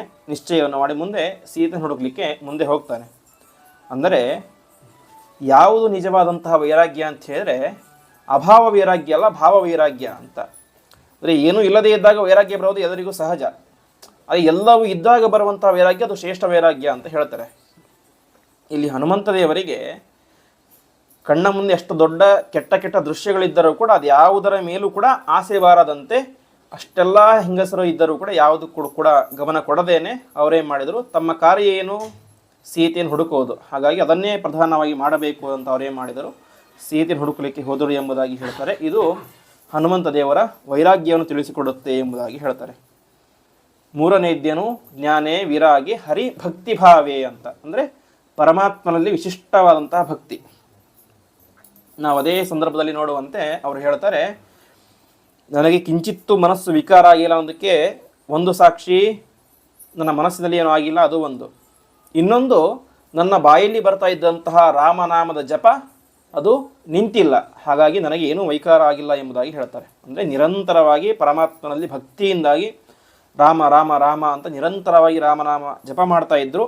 ಅಷ್ಟು ಮಾತ್ರ ಅಲ್ಲ, ನಾವು ಯಾವ ಸಮುದ್ರವನ್ನು ಹಾರಬೇಕಾದ್ರೆ ಅವರು ಮೊದಲು ಮಾಡುವಂತಹ ಕಾರ್ಯ ರಾಮಾಯ ಶಾಶ್ವತ ಸುವಿಸ್ತೃತ ಷಡ್ಗುಣಾಯ ಸರ್ವೇಶ್ವರಾಯ ಬಲವೀರ್ಯ ಮಹಾರ್ಣವಾಯ ಅಂತ ರಾಮದೇವರಿಗೆ ಭಕ್ತಿಯಿಂದಾಗಿ ಮನಸ್ಸಿನಲ್ಲಿ ನಮಸ್ಕಾರವನ್ನು ಮಾಡಿ ಆಮೇಲೆ ಏನು ಮಾಡ್ತಾರೆ, ತಾವು ಮಾಡುವಂತಹ ಕಾರ್ಯಕ್ಕೆ ಅಂತ ಪ್ರವೃತ್ತರಾಗ್ತಾರೆ. ಹಾಗಾಗಿ ನಿರಂತರವಾಗಿ ಪರಮಾತ್ಮನಲ್ಲಿ ವಿಶಿಷ್ಟವಾದಂತಹ ಭಕ್ತಿಯನ್ನು ಮಾಡ್ತಾ ಇದ್ದರು. ಅದೇ ರೀತಿಯಾಗಿ ಧೃತಿ ಅಂತ ಹೇಳಿದರೆ ವಿಶಿಷ್ಟವಾದಂತಹ ಧೈರ್ಯ ಅಂತ. ರಾವಣ ಮಹಾಪರಾಕ್ರಮಶಾಲಿ. ರಾವಣನ ಮುಂದೆ ಹೇಳ್ತಾರೆ, ನಚೇತ್ ಪ್ರದಾಸ್ಯಸಿ ತ್ವರಂ ರಘುತ್ತಮ ಪ್ರಿಯಾಂ ತದಾ ಸಪುತ್ರ ಮಿತ್ರ ಬಾಂಧವ ವಿನಾಶಂ ಆಶು ಯಾಶ್ರಸಿ ಅಂತ. ತಮಗೆ ನೋಡಿದರೆ ಮೈ ತುಂಬ ಹಗ್ಗವನ್ನು ಕಟ್ಟಿ ಬಂಧನ ಮಾಡಿ ಹಾಕಿದ್ದಾರೆ. ತಾವಿರುವುದೆಯಲ್ಲಿ ಶತ್ರುವಿನ ರಾಜ್ಯದಲ್ಲಿ, ತಾವೊಬ್ಬರನ್ನು ಬಿಟ್ಟು ಬೇರೆ ಯಾರೂ ಕೂಡ ತಮಗೆ ಸಹಾಯಕರಾದವರು ಇಲ್ಲ. ಎದುರುಗಡೆ ಮಹಾಪರಾಕ್ರಮಶಾಲಿಯಾದಂತಹ ಕ್ರೂರಿಯಾದಂತಹ ರಾವಣ ಇದ್ದಾನೆ. ಅಷ್ಟಾದರೂ ಕೂಡ ತಾವು ಧೈರ್ಯಗೆಡದಂತೆ ಹೇಳ್ತಾರೆ, ಆದಷ್ಟು ಬೇಗ ಸೀತೆಯನ್ನು ಒಪ್ಪಿಸದೇ ಹೋದರೆ ನಿನ್ನ ಹೆಂಡತಿ ಮಕ್ಕಳು ಸಹಿತವಾಗಿ ನೀನು ಎಲ್ಲರೂ ಕೂಡ ನಾಶವಾಗಿ ಹೋಗ್ತೀರಾ ಎಂಬುದಾಗಿ ತಿಳಿಸ್ತಾರೆ. ಈ ರೀತಿಯಾಗಿ ಅಪಾರವಾದಂತಹ ಧೈರ್ಯ, ಸಮುದ್ರವನ್ನೇ ದಾಟುವಂತಹ ದೊಡ್ಡ ಧೈರ್ಯ.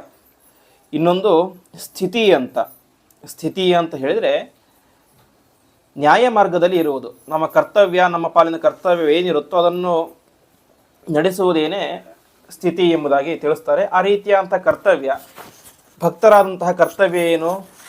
ಪರಮಾತ್ಮನ ವಿಶಿಷ್ಟವಾದಂತಹ ಸೇವೆಯನ್ನು ಮಾಡುವುದು, ತಮಗಿಂತ ದೊಡ್ಡವರ ಮಾತನ್ನು ನಡೆಸಿಕೊಡುವುದು. ಹಾಗೆ ಇವರು ಕೂಡ ವಿಶಿಷ್ಟವಾಗಿ ತಮ್ಮ ತಮ್ಮ ಪಾಲಿನ ಕರ್ತವ್ಯವನ್ನು ನಿರಂತರವಾಗಿ ಮಾಡ್ತಾ ಇದ್ದರು. ಅದೇ ರೀತಿಯಾಗಿ ಮಧ್ಯದಲ್ಲಿ ಬಂದಂತಹ ಯಾವ ಕದ್ರು ಅವಳು ವಾಸ್ತವಿಕವಾಗಿ ಸುರಸೆ, ಅವಳು ನಾಗಮಾತೆ, ಕೆಟ್ಟವಳೇನಲ್ಲ, ಆತನಿಗೆ ತೊಂದರೆ ಕೊಡ್ಲಿಕ್ಕೆ ಬಂದ್ಲು. ಅವಳು ಸಂಹಾರ ಮಾಡೋದು ಸರಿಯಲ್ಲ, ಯಾಕೆ ರಾಕ್ಷಸಿ ಏನಲ್ಲ, ನಾಗಮಾತೆ.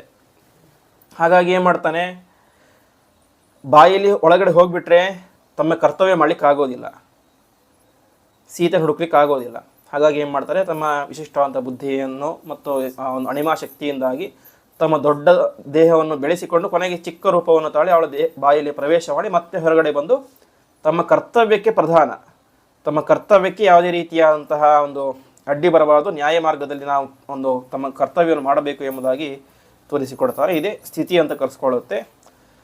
ಮುಂದೆ ಪ್ರಾಣ ಅಂತ ಹೇಳಿದರೆ ಯಾವುದು ಎಲ್ಲವನ್ನು ಪ್ರೇರಣೆ ಮಾಡುತ್ತೋ ಅದು ಪ್ರಾಣ ಎಂಬುದಾಗಿ ಕರೆಸ್ಕೊಳ್ಳುತ್ತೆ ಅಂತೆ.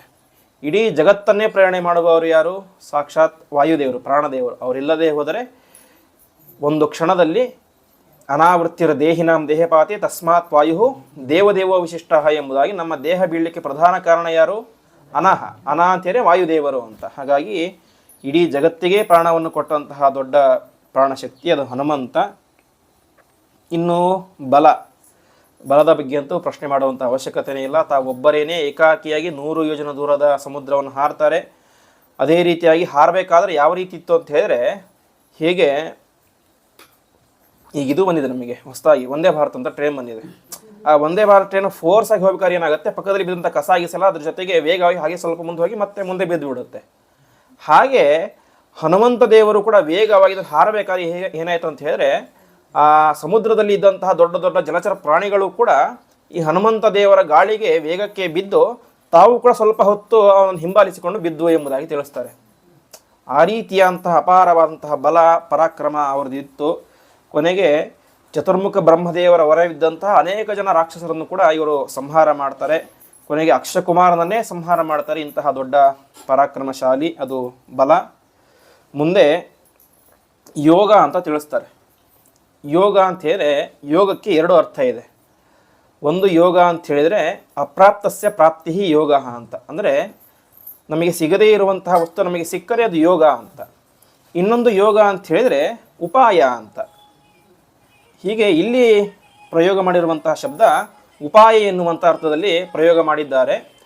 ಪರಮಾತ್ಮನ ಉಪಾಯ ಅದು ವಿಶಿಷ್ಟವಾದಂತಹ ಉಪಾಯ ಅಂತೆ. ಇಡೀ ಲಂಕೆಯನ್ನೇ ಹನುಮಂತ ಏನು ಮಾಡಿದ,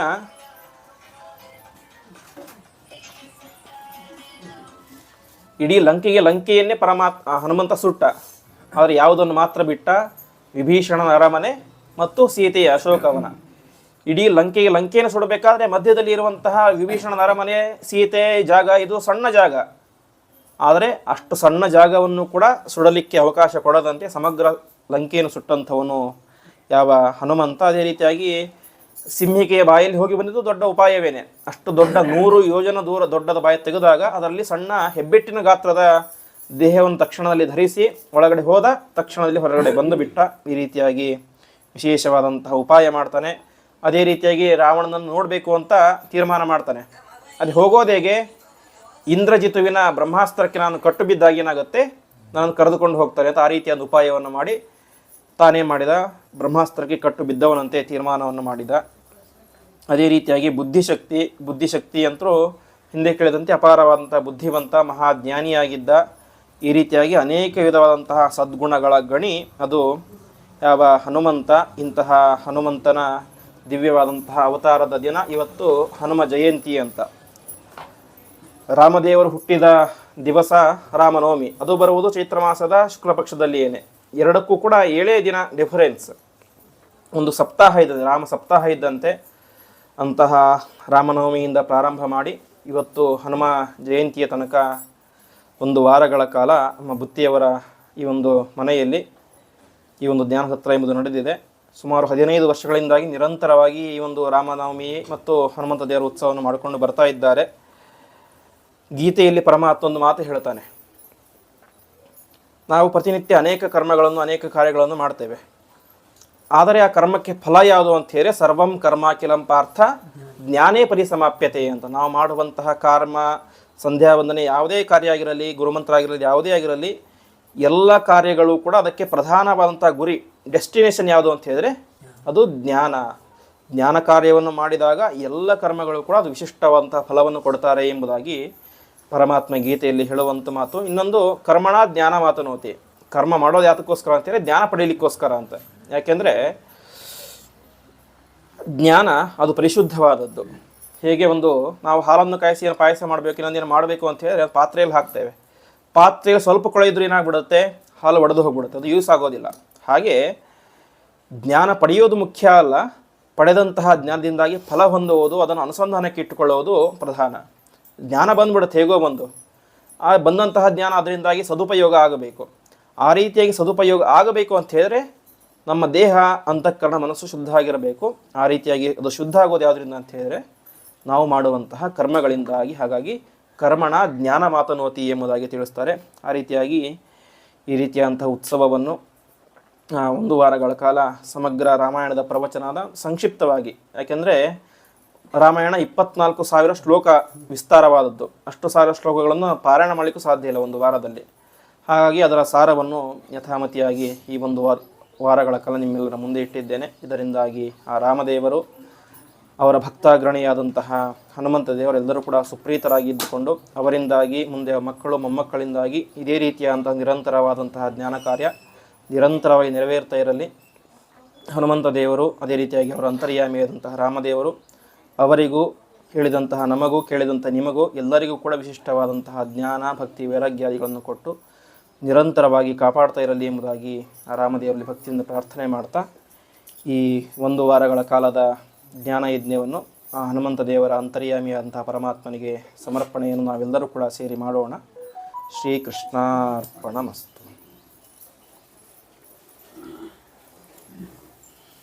ಯತ್ಕರೋಷಿ ಯದಸ್ನಾಸಿ ಯಜ್ಜುಹೋಸಿ ದದಾಸಿ ಯತ್ ತಪಸ್ಯಸಿ ಕೌಂತೇಯ